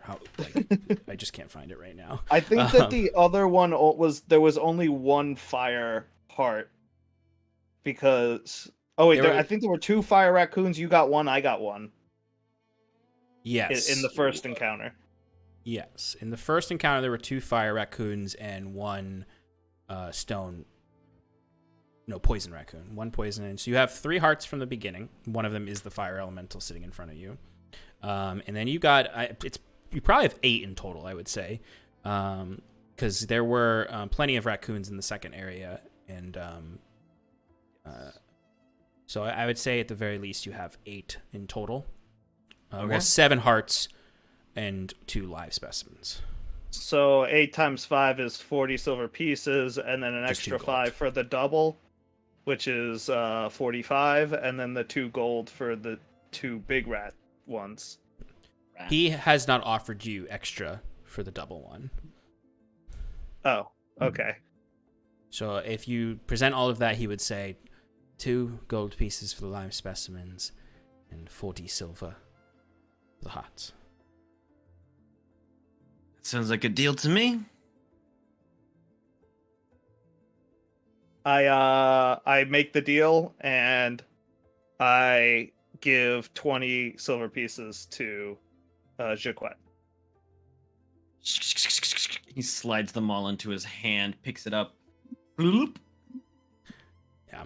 Makes those noises. Well, I'm afraid you've mostly emptied me of my coin today. But for these specimens, it is worth it, and for a growing relationship. I have one more question for you. Yes, of course. Have you ever heard of metals that are used to absorb elemental power? Yes. Many of the substances created by Halcyon, as well as the artificers of this island, are designed in that way. It takes very special alloys to do so. Incorporated into things like the spires of the skyships, as well as the generators that power these lights. In some form, You at don't- least. And if you don't, is anybody at wherever you study know more about that? Well, certainly, there is the Artificing College within the academy. It's small, and not many folk learn of such things here. Mostly folk who learn how to build such materials, whereas the engineers themselves typically learn in Solonel or come directly from Halcyon. Is that directly in the academy? Where is that near? Oh, it's on the academy grounds. It's near the library. Can you show it? I slide this map over to you. Can you show us where that is? Well, any if we continue to work together, I can potentially get you access to the Artificing College. For now, all I can get you is access to the library. Yes, my friend is getting ahead of himself. Sorry. We'll continue working together, and hopefully soon you can put in a good word for us to see one of these artificers. Well, you could also, if you're so curious, you can apply for enrollment. And how do we go about doing that? Next time you're in the academy grounds, you can stop by our admissions office. Is there a tuition involved? Yes, it is costly. Don't you It is think your time to- company would have some kind of grant program or something, like an initiative to help They their... have a tuition reimbursement program. Oh, that's fantastic. Okay. Very forward thinking. Yeah. Well, What other kind of benefits do you get? 401k. Well, some health insurance, you know. Why are your teeth so messed up if you get all these deals? I don't have dental. That's the one drawback. Well,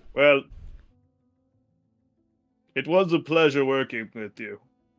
I hope to see more of you soon. I'd like to see that library of yours. Of course. I will look to see if there's any leads on work I can give to you for more coin.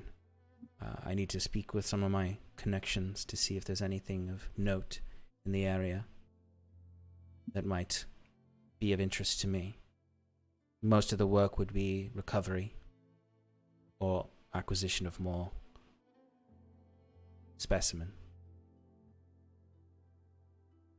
And depending on how valuable you make yourselves, there can be more interesting work involved, as well as access to knowledge. I know quite a lot, and I've been here for a long time. perhaps, as a sign of good faith, we could make another exchange. I put the charm on the table and I say, this was damaged in the battle. If you could repair it for me, I'd be willing to pay. He looks at it and looks at the cleave through it. And he actually takes his glove off and touches it with his bare hand. You can see his hand is kind of like, looks like there's scarring on the flesh, and pockmarks. And they look very like as opposed to the smoothness of his eyes, they're very like gnarled, and weak looking. And you see he traces his finger across the storm rune, and whispers something that's very, very much so inaudible because of the mask, even with perception checks. And then pulls his hand away, looks to Dolvana, and says, I believe your friend here and my colleague can do such repairs, and I'd be happy to ask for a price to repair such a thing. Given our current exchange already, it would cost to repair a magic item of this level 30 silver pieces. I'd give the silver and the item to Dolvana then. Dolvana, you can make quick work of that, can't you? Yeah, as long as I got access to your libraries, your workshop, I'm gonna have it done in 2 days. Very well. Well, that's excellent. I'm so happy to have made this pleasant exchange of friends. In here, Jacquet says as he raises a glass, and then looks around and pours 2 things of wine, slides them across the table to Dolvana and Sigil. You see, Sigil just kind of pushes it back, but does give you a nod of appreciation. It's not that I don't partake, but I refrain from taking off the mask in public. And you notice there's no mouth hole there. It's just everything but the eyes is seashell. Is there a reason for the specific ocean theme going on? Oh, well, it's not only the ocean here. We have the winds and the storms. And he lifts up his cane, the fires, and the earth and mud on my feet. I didn't, couldn't make those details out. My apologies. These are my traveling attire when I'm moving through the Admiralty Court and High Road. When you work in the academy, there's expectations of aesthetic and prestige. Jacquet is nodding in the back. I appreciate your conversation and partnership, but I'm afraid I must head back. I'll grow quite tired making the journey down here. We appreciate your time. Dolvana will return with any materials necessary in 2 days. Your repaired magical item as well as papers to get you into the academy library. I'm not sure about this part of town, but from what I've seen, this area can be a little dangerous. Are you sure you're safe to get home with that haul? Oh, I have my own means of travel. I'm not walking in the streets, as it were. I brought my carriage. And these areas on the southern side of town are not so dangerous. I nod. Well, good night. I look forward to seeing you again. course. Robespierre, please help him. You see the bucket lifts up. Follow. And you, those of you who speak Primordial, would hear him immediately speak Primordial to the raccoons, and they jump off the table and follow him. I say in my own dialect of Primordial and Abyssal, it was an honor. And you see Sass, did you want to say something in Primordial? Yeah, just to as the raccoons are scampering away.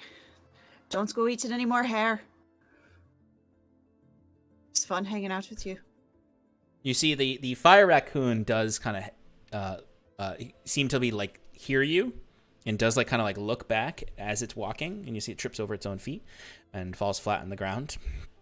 And you see Sigil actually offers a hand to the little raccoon as he's kind of crooked down, and it takes his hand and he walks away, kind of like Gandalf and Bilbo at the end of Return of the King. But the frost raccoon hesitates and stares back at Fearon and kind of crawls over and pulls itself up onto the table and just puts a hunk of ice on the table and scurries away. Aww. I take the ice and I just hold it in my hand until the raccoon leaves and gets out of eyesight. Mm-hmm. And then I look like awkwardly at it and just toss it in my drink. Yeah, it was gonna melt. It was this is the gift of a raccoon who can only think of this is my favorite thing, so I'm gonna give it to you. But you take it, goddammit. It's like when a crow just drops a shiny thing, like a bottle cap, to people who are nice to him.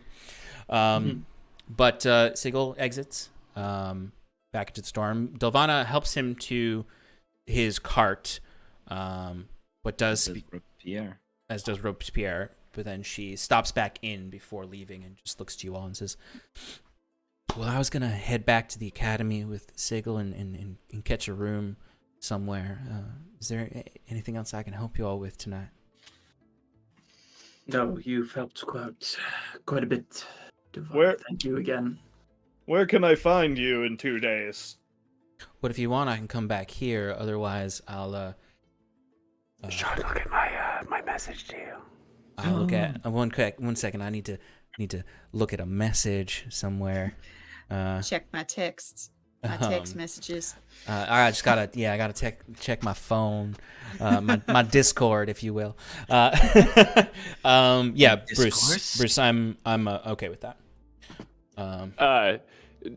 So just first, Sigil to know that business card I gave him is a one-time message that I'll receive in my head. So all he's got to do is there's instructions on the back of the business card, and you just got to write down a message, and I'll hear it in my head. So if you need to summon us or anything, just let us know. Pretty cool. Isn't that just handy? I gotta pick your brain about that. That is quite the marketing scheme. You see, I didn't make it, but I'm terrible I know at somebody that. who did. That telling your story, as they say, or branding. I've heard people call it. I'm just a farm girl who has a workshop in her backyard. But all right, well, I can get in touch with you through there with Sigil. And otherwise, I'll check back here tomorrow and see if you're still staying here, and if you're not, just let me know where you're staying or where I can drop off what you need. And if I don't catch you, then I'll leave a package with the innkeep here, and they should hold it for you. Sounds good. Thank you, Delvania. All right, well, y'all have a grand evening now. He's out. And she heads out, and I think that's a good place for us to take a break.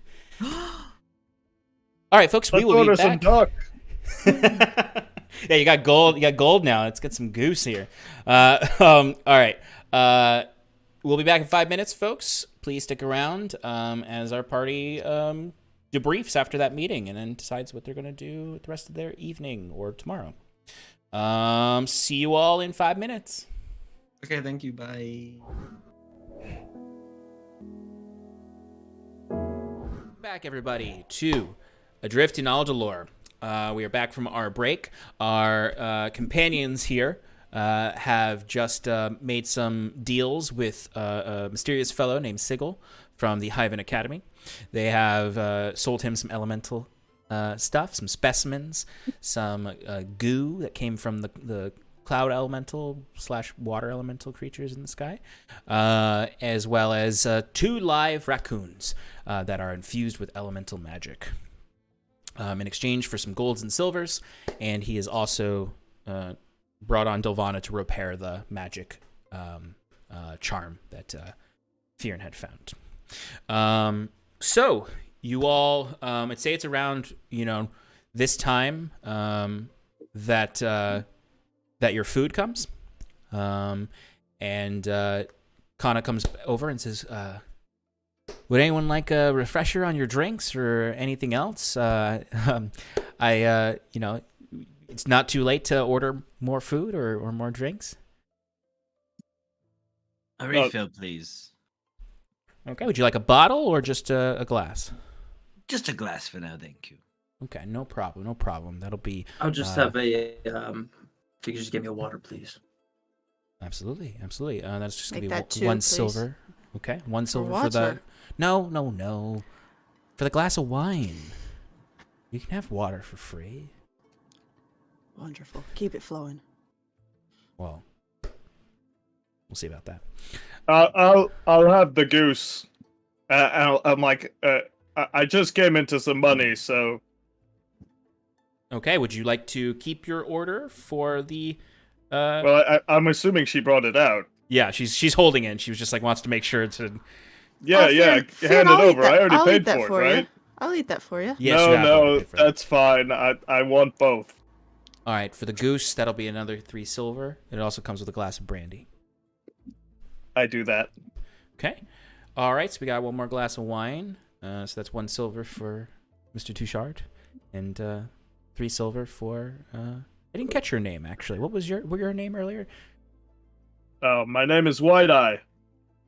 Mr. White Eye. That'll be 3 silver, and we'd get you your food and drink right away. Actually, you know what? Scratch the water. You know what I can go for? A nice cold glass of milk, please.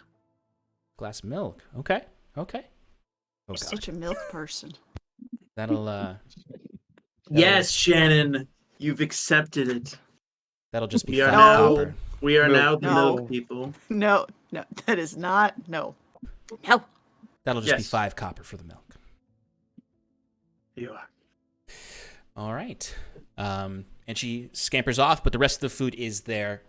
Jacquette's goose, the boar, and the mushrooms and eggs. I'd like to try to steal something off of Jacquette's plate. If she does, Jacquette will stab her hand with a knife. Or fork, whatever's closest. Ooh. That's if you can see it. You are sitting Catch right it. in front of him. Want to be sneaky. In what way are you actually sneaking this? My mage hand's gonna go under the table and Remember, peek your out mage hand is over not the top. invisible. I know. Not an Very arcane easy to trickster. I Grab his know. Okay. Yes, just under the table and just. So I'm going to give you disadvantage with a sleight of That's right. hand, and I'm Uh-huh. going to add 10 to Jacquette's passive perception for Oh, this, because he's Jesus. right in front of you. Okay. Well. Nick got a 5. You didn't even have to give Jacquette a bonus. No. Hand stabbed. It just reminds me of when the very first time we played D&D, Shannon, and Brian kept trying to steal everything off of people Yeah. who were just right in front of him. Yep. And he didn't even have Yep. a mage hand to make it at least somewhat plausible. Try to pick his pockets. He's like, he just goes and slaps your hand away. It was That's when what rogues do. when he first met your character, he was standing in front of you and he said, "I pick her pockets," and I'm like, "You're right in front of her." Just right there. Yep. I remember that too. But that's classic beginner rogue stuff. But yeah, I mean, I imagine like Sass doesn't even believe that she's going to be able to do this. No, this is just because it's All right. it's habit at this point. So Jacques just summons his own mage hand and just slaps away hers. That's Just fair. goes, "You have coin. You can get your own food. I don't know what this weird obsession of yours is." Mind your own business. You mind your own food. Maybe then we can see eye to eye. Sass is still a little salty about. I get it because you're a sea witch. Got it. Yes. Thank you. Of Jacquet's quick return to his assholery after the encounter with Winifred, where we were kind of like on the same page. What does that saltiness look like? Or sound like in her voice? It's a little snarky. It's a little salty now. It's a little snarky. It's like it just kind of being short with him. Is it where the like playful mockery now kind of ends with a period instead of an exclamation point sometimes, where it's Yeah. a little more pointed, sharp? Yeah. Yeah. It's a good way to put it. Or maybe after the snarky reply, the face gets a little serious. Yeah. Like instead of the usual like haha smirk, it's like a fuck you kind of look. Not like this because I'm smiling. So for everyone at the table, there is a little bit of tension that thickens the air after Jacquet slaps this away and mocks her obsession with not spending her coin. Is there just a brief moment of them staring at each other while everyone's like, Bjorn's oblivious. He's like, this place isn't half bad. I could get used to this. And he just keeps drinking and eating. And like, he seems to be eating a little bit slower from his like first meal. Like he's like trying to like leave some behind before his next meal comes out. And he says things like, yeah, so, do you all have some good stories of adventures in the past, or any good, tales of heroism? Oh, you want to hear tales of adventure? Then, my friend, do I have some stories for you? Yes. There was a group of adventurers in Domus Zerum. I believe they called themselves. Let me find it. Let me just sing you a little song. While I pull up this. Nope, that's the wrong folder. Okay, let's do this. Cha-cha-cha, ra-ta-ta. Yes, it was Hope's Bastion, as I recall.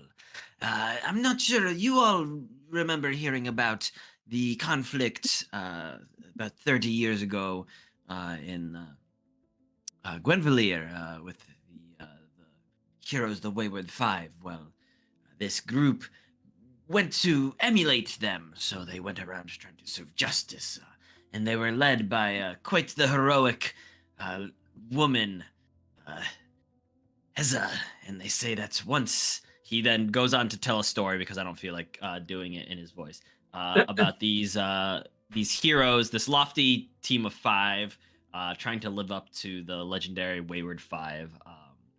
They have yet to stop the end of the world, but they once fought a beholder and lived to tell the tale.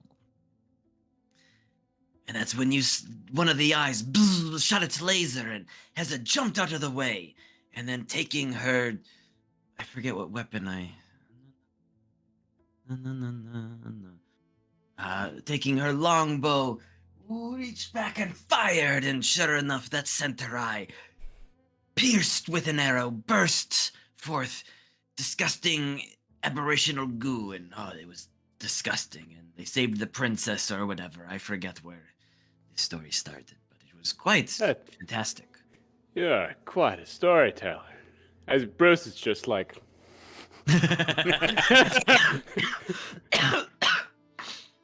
Is that it? Is that all you got? What about tales of your own? Oh, my own tales. Of course.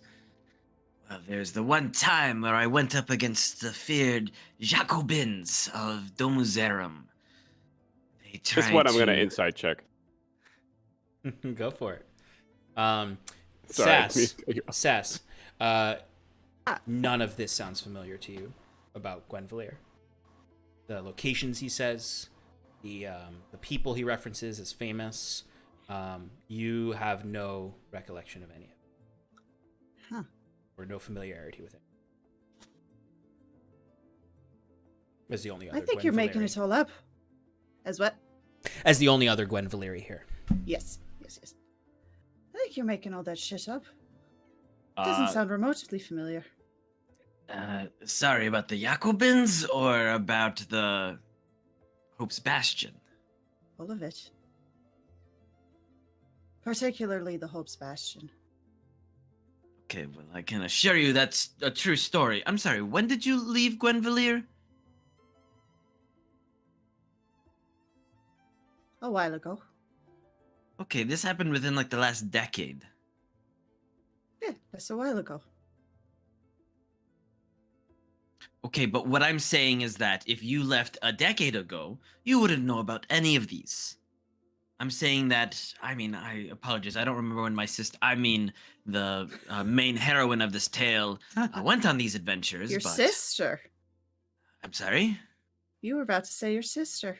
I don't think I was. You just did. Anyways, Heza, the leader of Hope's Bastion... Your sister. She's worked in the area in Farathris and the Gosuryu Nation for some time now.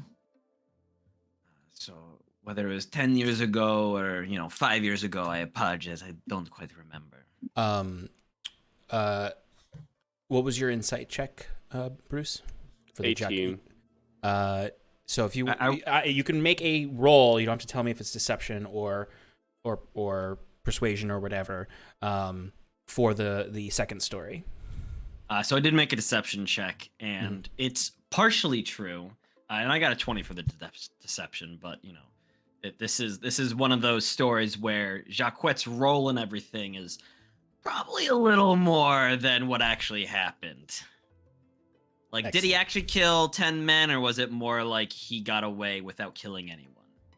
I think Fionn is eating these stories up. Like, that doesn't even care if they're true, but he keeps like chiming in and being like, "He killed 10 men. How did he kill them? Did he rip their skulls apart or bash them together? Oh, no, Tell no, me no, the no. gory details." No, it was very refined. It was, the flick of a wrist, a dagger, here, in the forehead, and then a quick shot, boom, and a quick shot, boom, and their hearts go, and they fall to the ground. Very romantic, of course. It was quite the beautiful sight to see me dealing out death in such a way. I don't remember. When did that become romantic? Is that a... I look over at Septimus. Is he Killing buying people's this too? like the most romantic thing you can do. As It's the not three really of whether or them- not Septimus is buying it, just doesn't impress him. Cool. So I'll give him kind of like a, can you believe this guy? kind of look. Well, if you guys think those stories are fun, wait till you hear about the dark ages of my people. Is When it- the Viking raids came south, manned by Gorgomos, the Great, and his son Heftal, the heathen. The chaos that ensued was terrible and mighty. And he goes on with stuff like that and gets really, really dark. Was it romantic? Not romantic. Not romantic at all.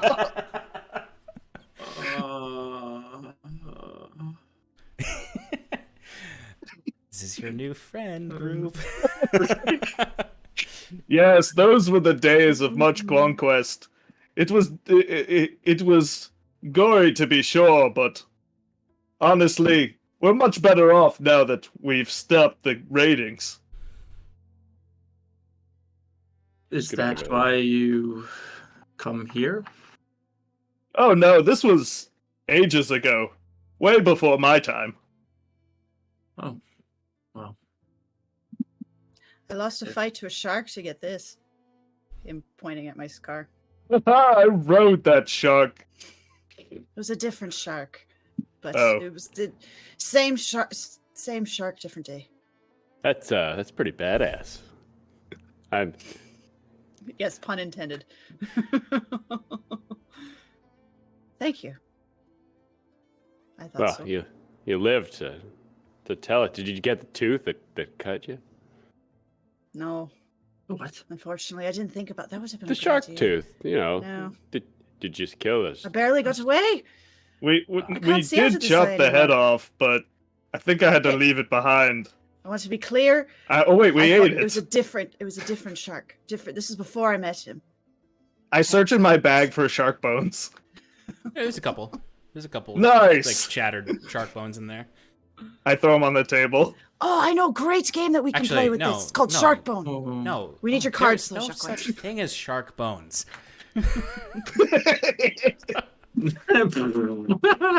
Yeah, yeah. There, you have a few teeth. Yeah. I'll say. There's no sharks have bones. They've cartilage. Didn't you have those animal magazine subscriptions that were always on? Yeah, right. Oh my Yeah. god, the National Oops, Geographic creatures one? of the No, it sea. wasn't that. It was called No. something else. It was like Zoo Zoopolis books. or something. Zoo books. Zoo books. Zoo Yeah. books.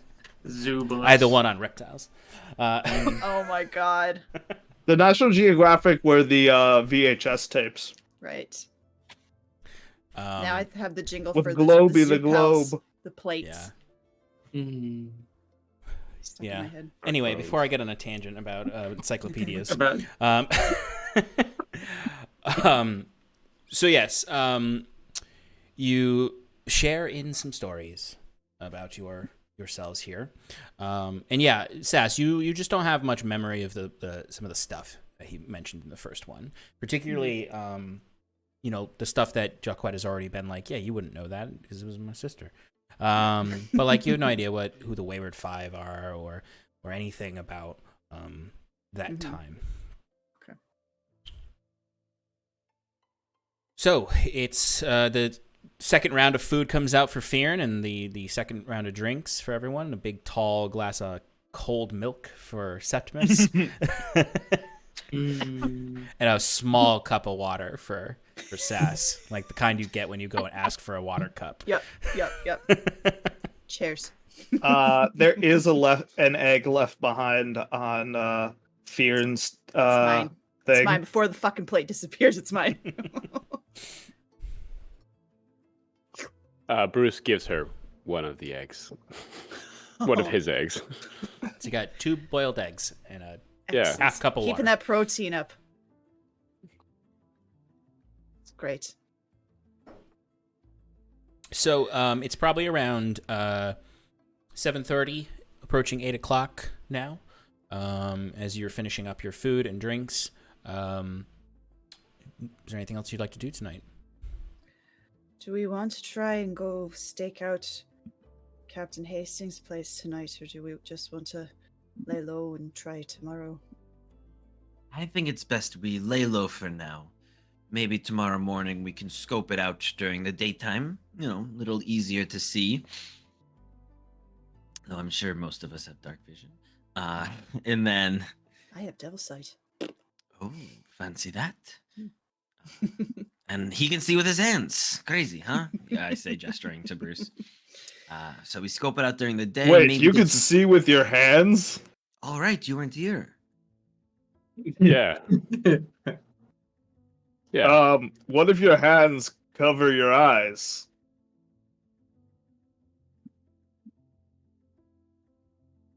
What do you see now? It's all dark. What, you can't see your own brain? I was just going off what Septimus said. Look, Anyways, I've been drinking. we can get some supplies. Maybe properly outfit you two. Jacquet says, gesturing to Septimus and Bruce. What's wrong with my outfit? It makes you look like a working man, which isn't a bad thing. I just meant more the armor. Should we get into a fight, you might want some kind of protection, you know? Get that armor class up. You know Okay. I'm really don't have much to spend. Yes, I know. And I was considering through my most generous altruism, I can front you some money to get you outfitted, because let's be honest, if you die when we're out adventuring, I will probably suffer for it. And worst case scenario, I can just get my gold back for your armor. So Also, it's a win-win in my from book. my generous altruism, I would love to train both of you in the arts of combat. No thanks. Oh, You sure? Don't worry, Bruce. I got your back. All right, thank you, Saskia. Meanwhile, I will literally armor your back with my money. I suppose that is a good idea if we're going to be fighting more often. And because for some reason I feel like should we go stake out Captain Hastings' house, inevitably combat will ensue. I don't know why I feel that way. I just something about circumstance and all that. Well, we could do that first thing in the morning then. Take a look at we can go back to... I know his name. Don't say it. Clearly you don't. It's Autobahn? Autobahn. Yes, the Autobahn. Autobahn. Autobahn Bunt. Go see Autobahn again, and I'm sure he'd be willing to give us a good deal for the fact that we keep giving him good business. Of course, and I Hopefully. can always, persuade him to lower his price. Well, good. Has that worked for you, Bruce? Yeah, I can. Bruce is just thinking about combat and getting really concerned. Yeah, I think I could. Look, yeah, that look, works. my cowardly friend. It's only if you get attacked. You don't have to do any fighting. I just want to make sure that It's for you protection. don't get hurt. All right. Yeah. You can stay in the back. Of course, they usually attack the guys in the back because they know they're being protected for a reason. You need to shut up. Okay. I'm just telling him the way it is, okay? I don't want the poor guy to be, out Reads there the expecting. fucking room. He doesn't want to know how it is. So It's not shut always up. what we want. All right, we'll go see Audubon and check out some armor in the morning, and yeah, it'll be great. Yeah. It's a Vanguard's job to protect the back line. You're safe with us. Okay. Okay. All right. So you finish up the last of your food and drinks. You make your plan for tomorrow morning, and you all can go back to the rooms that you have. Some of you. Yes, I will be scoping out people that have checked out and will be trying to sneak into one of those rooms. Fionn has pushed the two double beds together and is lying horizontal across both of them. Excellent. Actually, he Okay. does the diagonal thing so he could get the most surface Yeah. area. Yeah, I was about to say they're twin beds. You probably have your feet hanging off if you're even with them doubled up. Just makes me think of Elf. Yeah. Nice. Okay, so you all, one by one, parcel off. Sass, Mm-hmm. you're just sitting at the table. Yep. Okay. Just sitting. I will say that I do want to keep My watch feet up. on, so I would probably say, Sea Witch, you take the first watch. You got it. As I put my feet up. Wait, Okay. what's my watching? What's from the table? Are you coming back out here? It's fine. Just, if anybody suspicious comes by, Right. wake me up. I'm not sharing a room with you.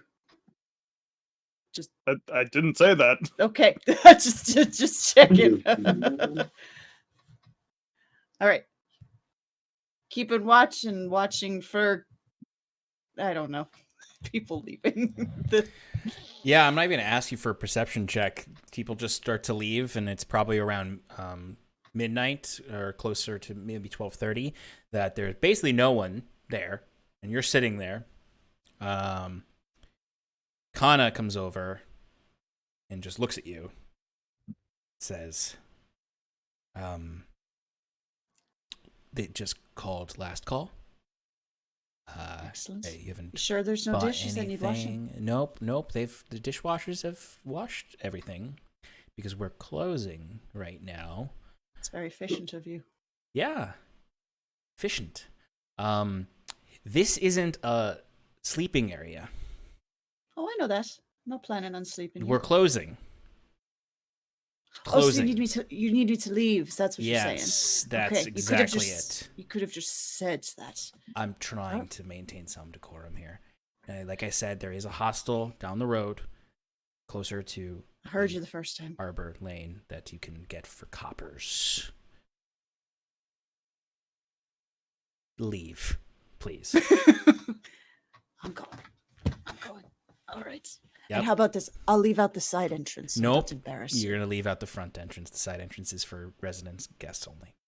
Oh. After hours. Isn't that special? All right. Well, good evening to you then. That's right. I'll it is good Be evening. sure to come back, and I'll bring lots of friends. Please. Okay. Sure. Doubt it, but okay. And she opens the door and just looks out it and just. Out I go. Thank you. She slams the door shut, and you can hear several locks on the other side. Well, and you're out in. It's dark. Is it still raining? It's 12:30. It's not like downpouring like it was earlier, but it is that like after a storm rain where there's just a really annoying drizzle that's blowing in your face, and everything is damp. Everything is damp. Ugh. Well, Shannon fucking hates that. Sass probably doesn't care because it's water and she likes water. All right. I'll just, I'll casually go check out the side entrance, see if I'm able to access it. It's locked from the outside or from the inside. Only people with keys to rooms can get in and out. Cool. Well, Sean, you did say that there were windows in the basement rooms, right? But yeah, but there's bars on them. Right, but she could peer in. Yeah, she could if she wants to go into the alley and peer into the windows. But they're not. There's no way I'm getting in. There's not really any way you're getting in. Well, then I'll just, what I'll do? I'll just kind of like look around awkwardly. Then I'll start walking towards one of the hostels. But realizing now that, it's 12:30, it's dark out, it's night. And I don't want to be out by myself at night too long. Even though it is a nicer part of town, there are, potentially people watching. So I will start going to one of the hostels. Okay, so it's going to require you to looking at our map. So you're on High Road, so you're going to have to go up High Road, go into the alleyway that is right after the causeway into the Admiralty Court. Did you send us a picture of this? Yes. Is it in chat? And it should be in chat.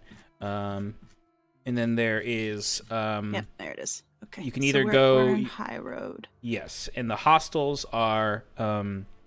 she said they're up the road, which means they're probably in that sort of alleyway area between High Road and Main Street and High Road and Harbor Lane. You could probably find a hostel there.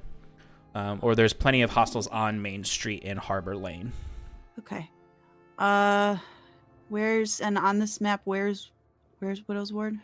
Widow's Ward is not listed. It's up at the top where those island chains are. Yeah, okay. Basically that street that is is it above Piscator's Row? It's to the right of Piscator's Row. Okay. Yeah. All right. So I'll kind of meander down High Road towards I want to try and go somewhere that's close to the water. Yep. So you can actually probably find something pretty close to the docks themselves. You can even even find something on dockside. Okay. If you want to look for that. Yeah, let's do that. Okay. Just to go be by the water and get some sense of comfort. Okay. So you go out there and you're passing by. There's a lot of like, the streets are very empty because it's Monday night. People have to work tomorrow. There's some drunks maybe here and there, or some people coming home late from a late dinner. But generally, things are pretty quiet and misty. And then you finally can see a hostel on dockside where you can see a little lantern on outside with a sign hanging next to it that still says vacancy. And you go in, and there is a very tiny 10 by 10 room where there's a desk that takes up kind of a 5-foot area with a single person sitting behind it, just kind of lazing against their table, their desk in the night shift, and a door, a half door where the top is open and the bottom is closed, that leads down a hallway where you can hear people snoring and people getting ready for bed.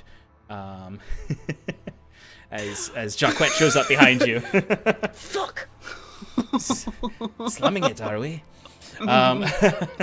And the person kind of just looks up and says, "Are you looking for a bed?" If you've got any to spare. It's still got some vacancies. It's 2 copper a night.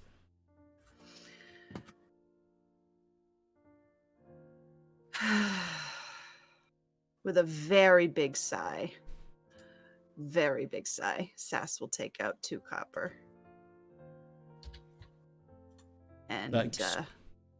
Yeah. Good doing business with you. And he kind of turns around. He just sort of swivels on a stool. Yeah. And looks up and just goes,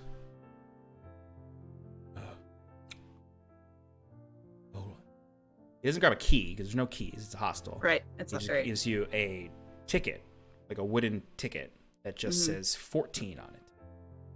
Bed 14. Cheers. I will go find bed 14. You step through this back half door and down this dark hallway where you can see there's just a guy in the hallway leaning against the wall, just like smoking a cigar. And you see someone's like sleeping on the ground next to him. And you pass through, and it's like this cramped, like think about moving through an airplane is how cramped this is. And there's just these series of bunk beds in this long room. And you just kind of walk down them very much like a plane and look. Yeah, looking for number 14. Hoping it's a top bunk. Really hoping it's a top bunk. You find bed 14. Roll if it's a top bunk. It is a bottom bunk. Fuck. That's okay. All right, I'll crawl into this bottom bunk, and just laying on my back. I'm sure there's like somebody snoring above me. Oh yeah, you just hear this loud, and you actually look and you see there's just a cat, hanging over the edge, looking down at you. This like really like big puff of fur, mangy fur cat, just like.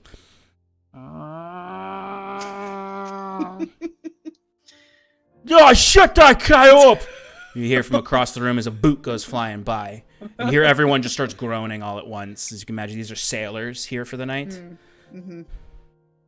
Yep. And oddly, given the lowly circumstances, it kind of feels comforting. Kind of feels like being back on a ship. So 100%. Sess will kind of like smile to herself and just playing with her amulet. Are we close enough to the dock so that I can like listen and hear the waves? So you just think about the ocean, and suddenly you hear just someone like slide off of the springy bunk and just walks over to the nearest window and opens it up, and you can see them lighting a cigarette, and you just hear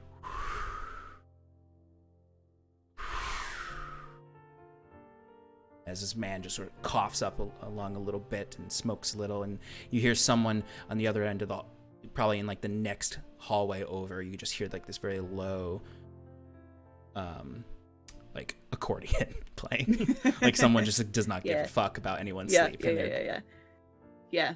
No, but it feels familiar, so it's comforting. And yeah, so I'll fall asleep listening to the sound of the ocean. And you sleep well in what it for you is a fine night's sleep for 2 copper. Okay. So the next morning, everyone wakes up.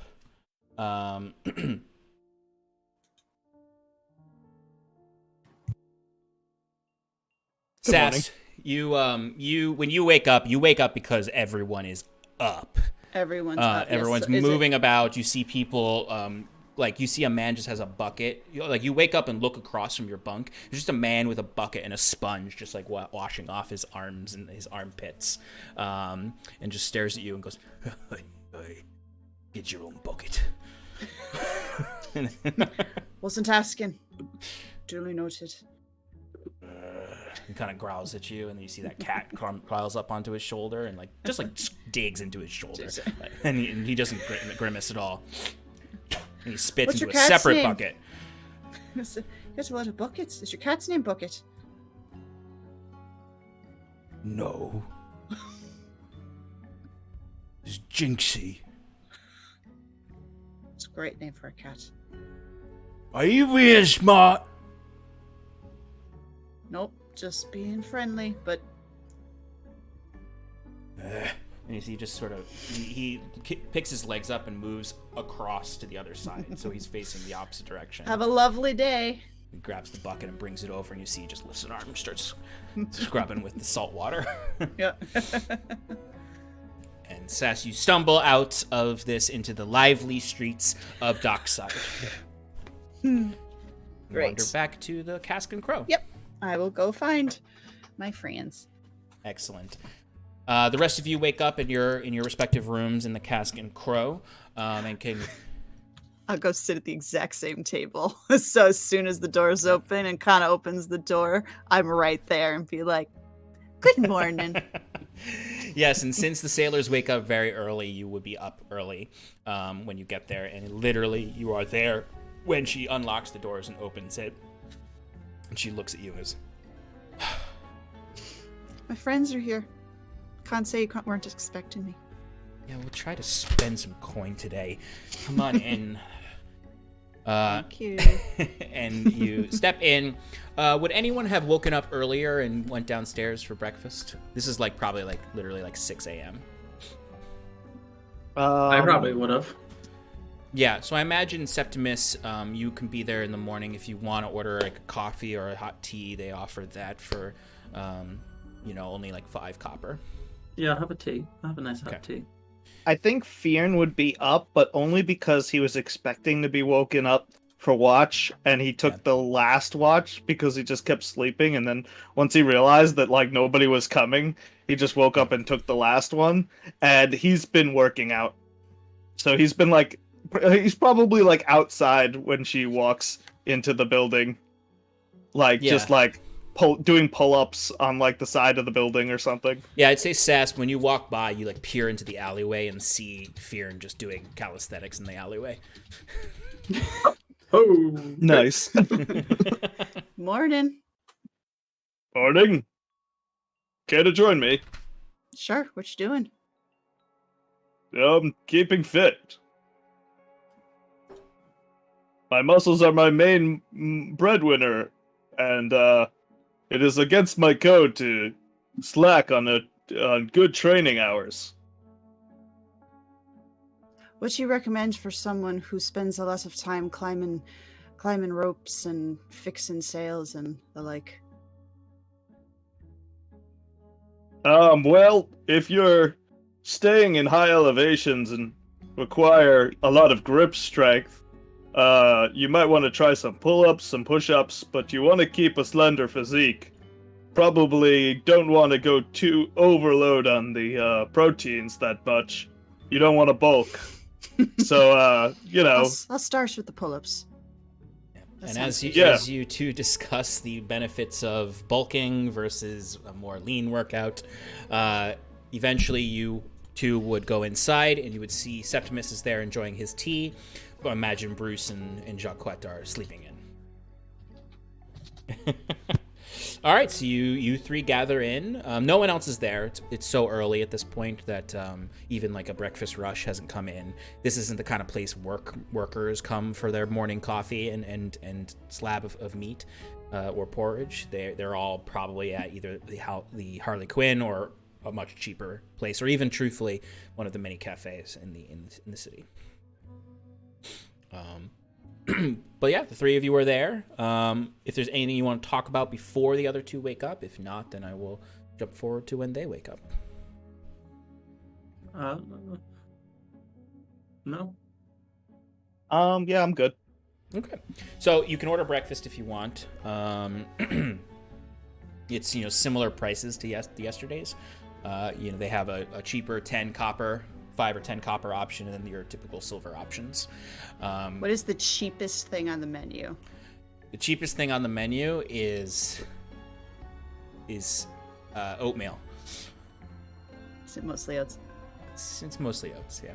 A porridge of mostly oats that costs 2 copper, and it's meant for children. Great. That's what I'm Are the buying. eggs cheaper if you don't get the alcohol? The eggs are much cheaper if you don't get the alcohol. I do that. Okay.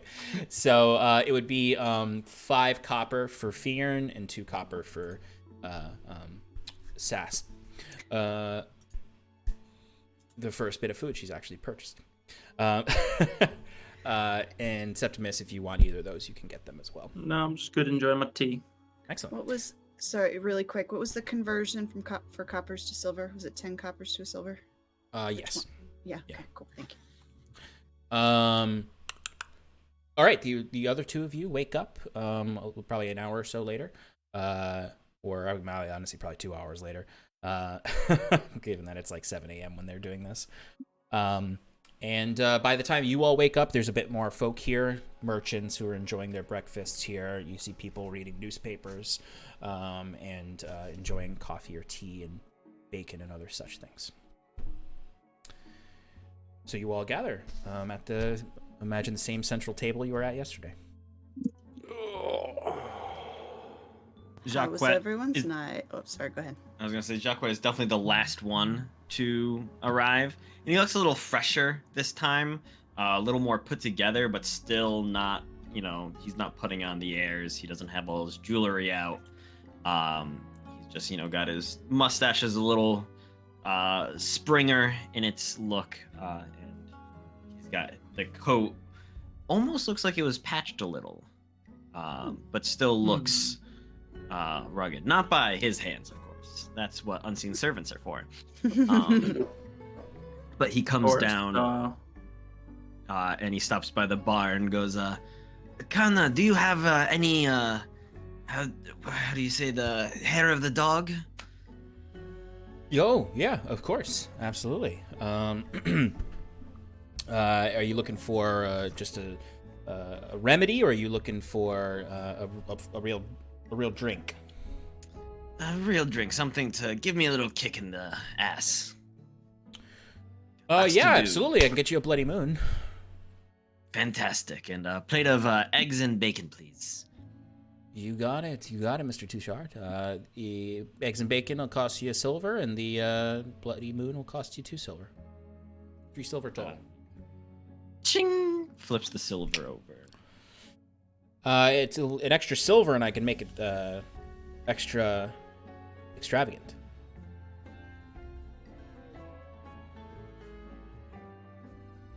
He like pauses. He sits down at the bar and goes, "And now, what exactly do you mean by that?" Some fantastical garnishes that are also ingestible. It's one of our breakfast specialties. And he knocks another silver over. Okay. And you go and join the table.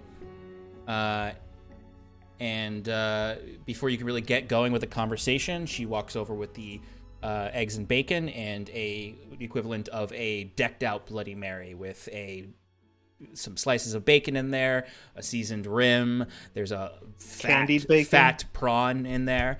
Ooh. Yeah, Ooh. it is candied, and then there's also a whole oyster shell at the top as well.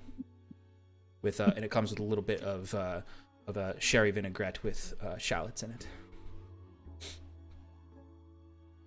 Worth the extra silver. As he picks up whatever is at the top and just. Absolutely, and as Jacquette has his feast before him, and Sass has her porridge, and Fearon his hard-boiled egg, or soft-boiled egg, and whatever you would like as well, Bruce. Yeah, bacon. Bacon, yeah. So, Bruce, that'll just be a 5 copper for the bacon. Perfect. All right, what would you all like to do or talk about? Got planning to do for today? Well, Yeah, I believe we have back. some shopping to do. I'd like to learn more about the Hastings estate once we're all settled. Did we want to just get armor or some clothes as well?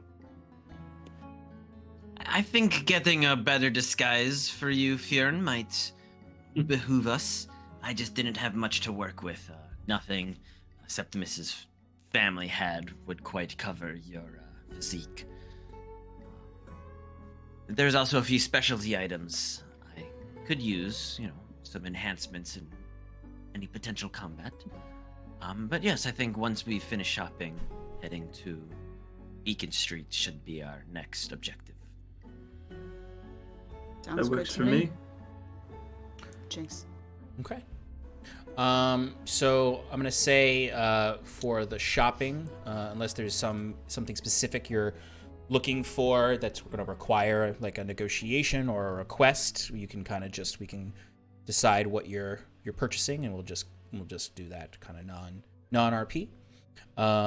So what kind of armor were you looking to get for our friends here?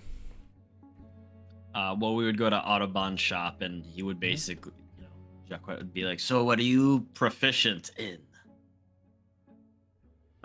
Believe it or not, but I can wear pretty heavy stuff. Okay. So maybe if I had at least just a half plate or something, that'd be nice to kind of just protect my vitals. Of course.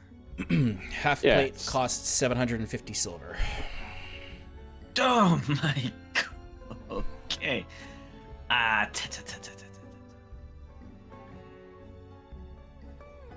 Let me just get out my arithmetic device here.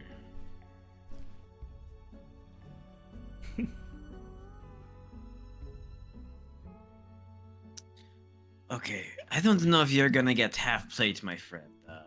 Let's go to the cheaper one. Bruce, what would you like? I don't know too much about armors. Still looking through here, but I think I could wear something pretty substantial, not anything too heavy, but Maybe something of medium weight. yeah, that sounds good. Maybe we can get you.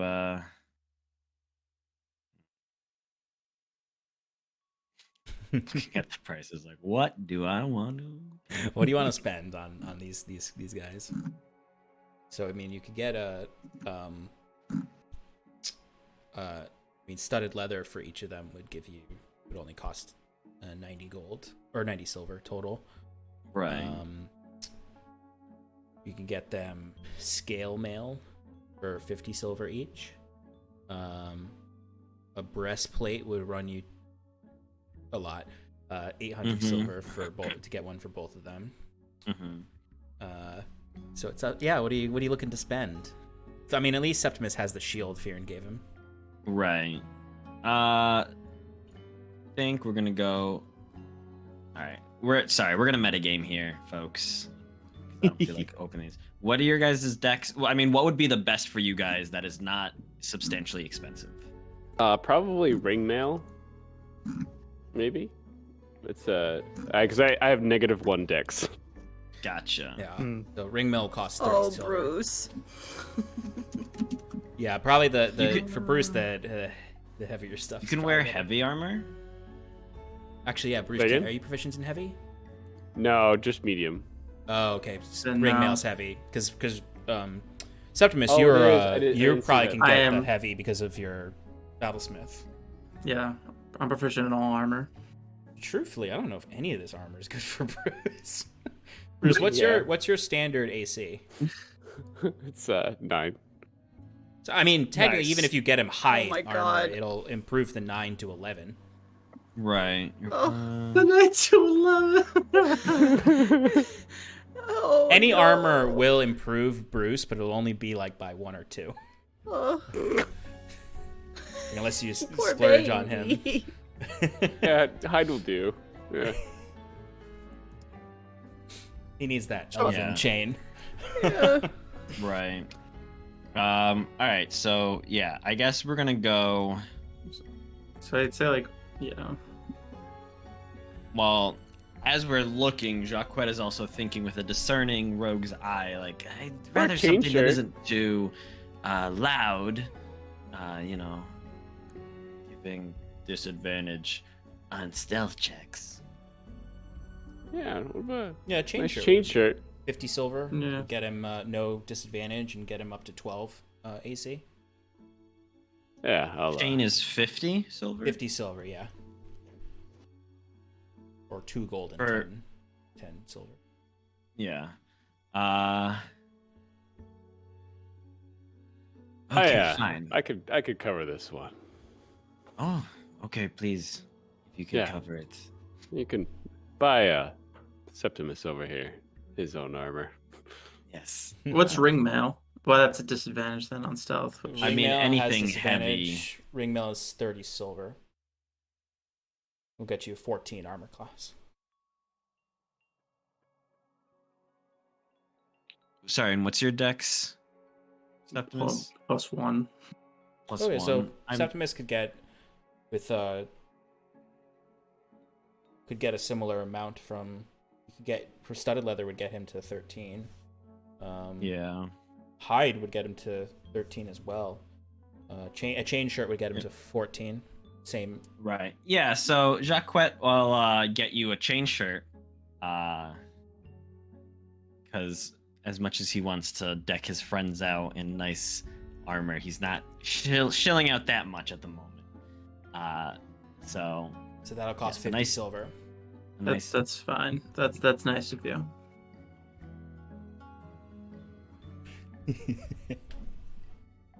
I am enjoying this new money system because like this would be something that like after one quest in normal D&D you'd be like, yep, whatever, get everyone.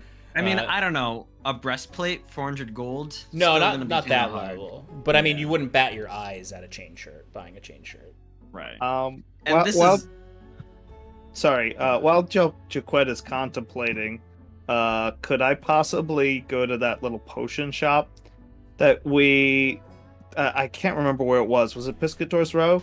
No, it's actually on Main Street. Same. It's just on the opposite end of Main Street. I have the name of that written down. Wait. Can you get It's to it before me? called. I'm going. Yes, it's called. Oh, the Whistling Mountain Potions. Whistling. Fuck. Yeah, I and just it was found like a it. Whistling chain, Mountain right? Potion Company. Yeah, Yeah, it's a Whistling painted brick Mountain- shop Yep, with Whistling a Mountain candy Potion. shop built on, Yep, Whistling Mountain Potion is the chain. all potion across shop. Aldhalor. Yep, that also has a very famous candy shop. Yes. I want one of the cheapest potions that they have for healing.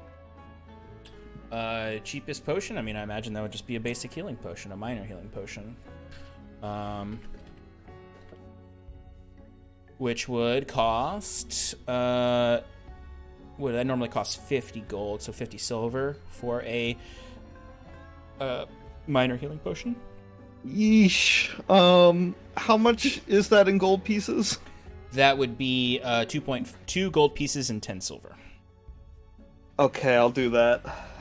Okay, you got It yourself hurts a my minor soul, healing but I'll potion. do it. And then, Sean, would there be a place to purchase poisons?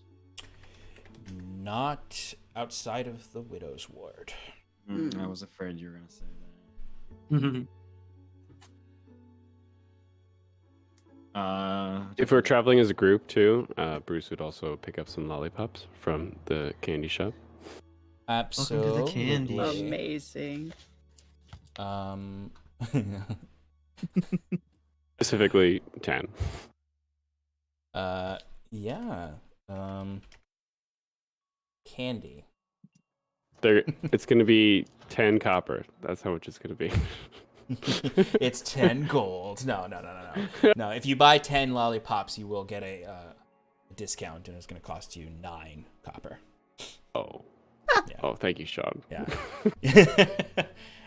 Bruce, while you're there, you do, whether you would want this or not, or be tempted by it, you do see they do have a macro lollipop that is for 2 silver, and it is a lollipop that's like the size of your head.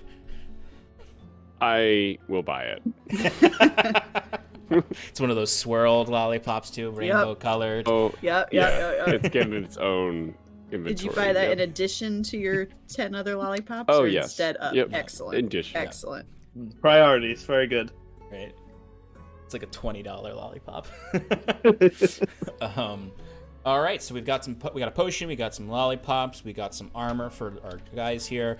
We got the thoughts of poison. Yeah, a chain like Whistling Mountain potions would never actually make poisons. You'd have What to about find- like acid or alchemist's fire? That you could.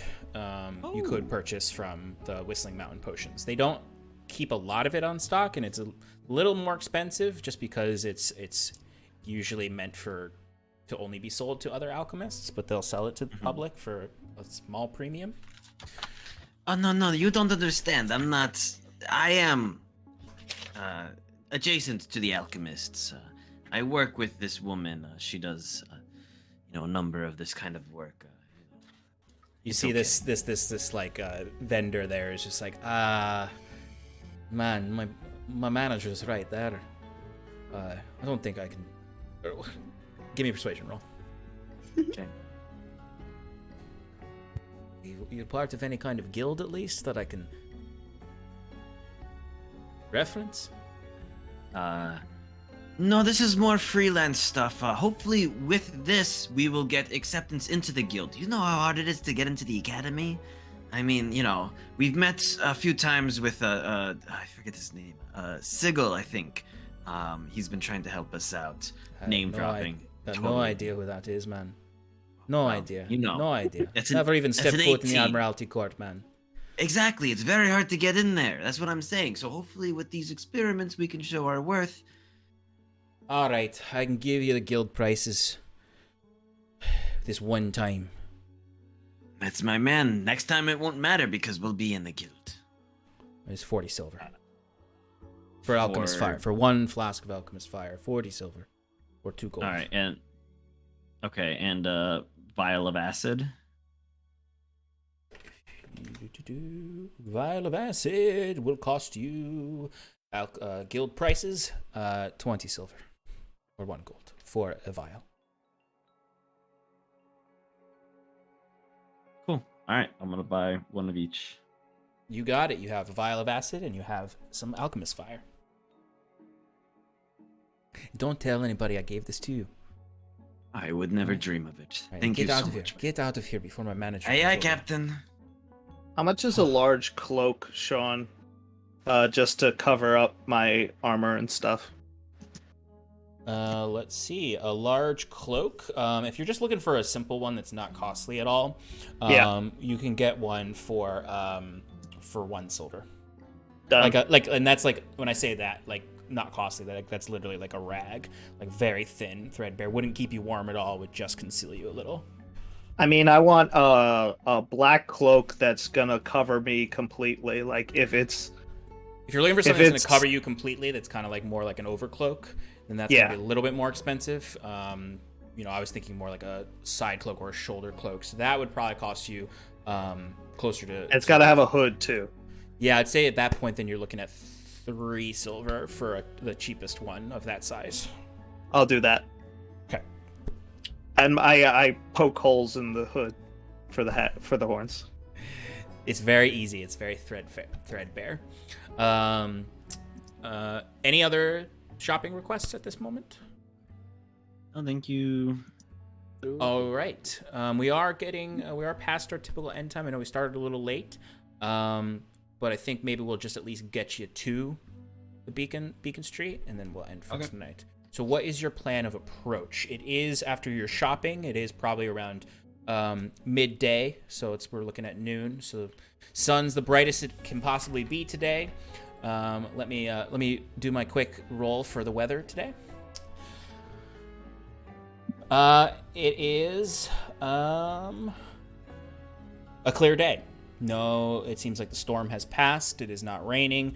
There's no real fog. It is actually a bit humid today from all of the rain left over. So people are a little miserable. It's quite warm out. You're looking at in the 80s. But feels like the high 90s. Oh, 80 odons. 80 odons, yeah. It's 80 odons out. Feels like high 90 odons because of the humidity. And yeah.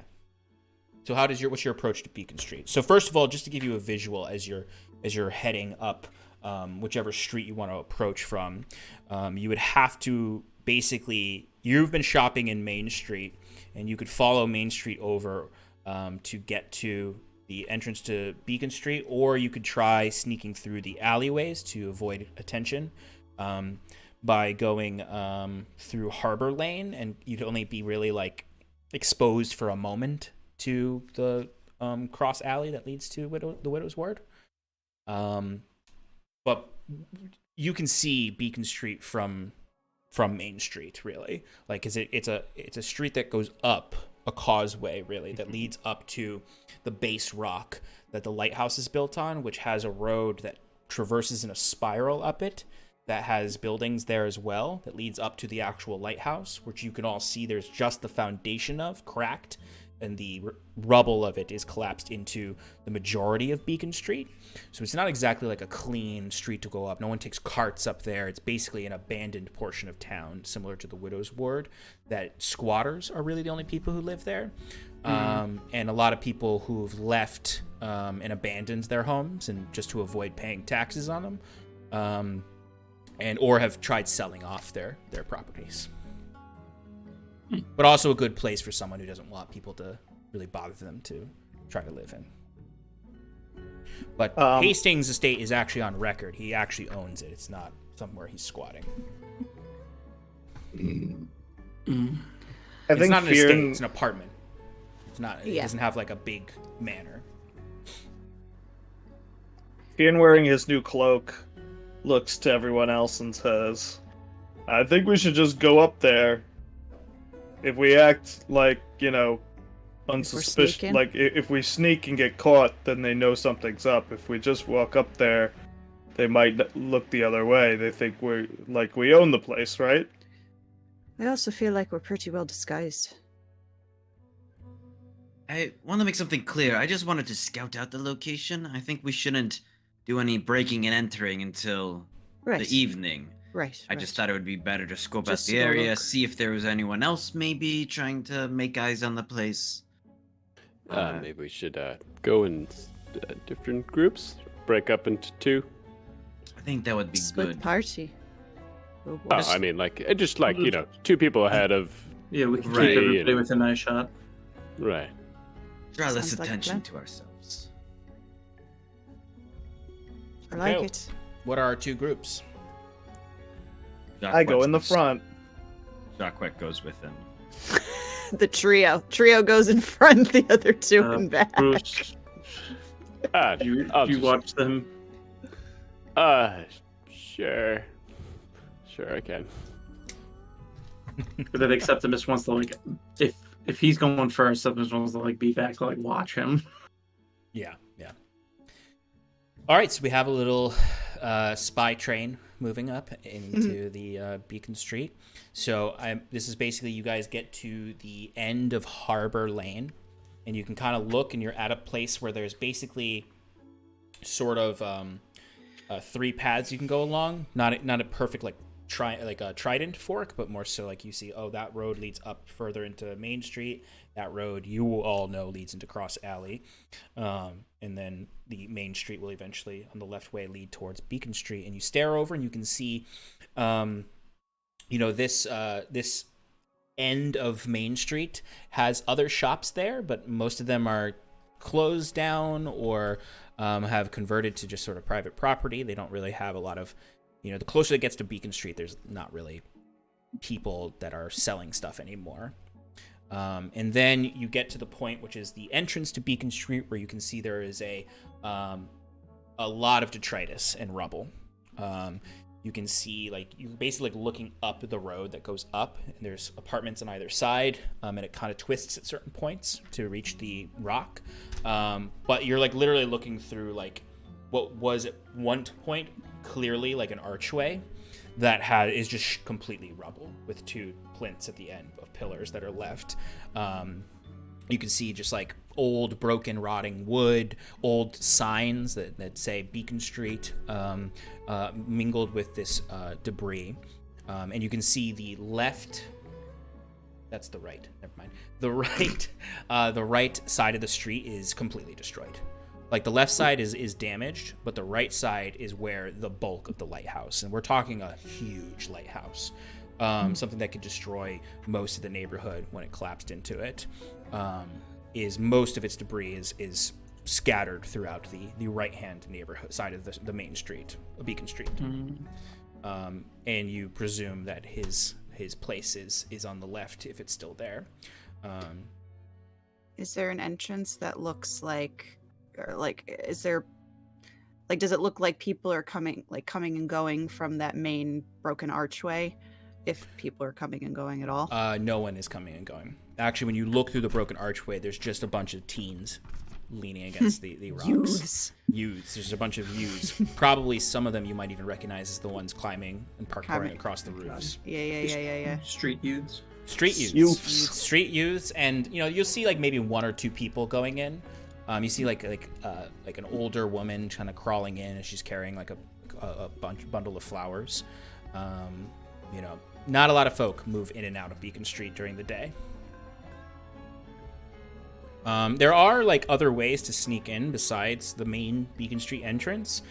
If you there's a pathway through the Widow's Ward that gets there, and there's if you were to walk all the way to the end of Main Street, you would find that there are a few alleyways that lead into the destroyed neighborhood. So you'd have to be moving through abandoned houses and rubble to sneak in, which is you're not sure what you'll find there if you're trying to be more stealthy. Of course, if you feel like you're not conspicuous, you can just walk right in. I feel like we should just walk right in. Yeah, that's I think that's what the plan was. Yeah. Keep your head down and keep moving. Yep. Oh, all right. we're all still together. Yeah, this is right before you break off into your break groups. off. Yeah. You're all looking around the corner of an alley. Yeah. Off of, Very off Scooby-Doo of style. Harbor Lane, or in a little alcove. So the trio can head up first, and then I imagine like Bruce and Septimus are counting in their heads as they're standing there, all right, 1, 2, 3, 4, and then they get to a minute or something. They start following. The 3 of you. Go ahead, Bruce. Bruce is gonna put on his goggles and then grab Septimus's cloak, and then as if to guide him. Excellent. So, this is the marching order. You find the trio you pass through first. As you see these teens, one of them, you can see it's this really muscly, probably 16-year-old girl, who just kind of gets off of a rock. You can see she has mostly shaved head except for a plume basically right in the front that hangs down over her face. She has really bad tattoos that are all mangled and shitty stick and pokes. She just sort of stares at you all as you're walking by, as you hear a couple of the kids behind her laughing. Jacquet, head down, keeps just walking through.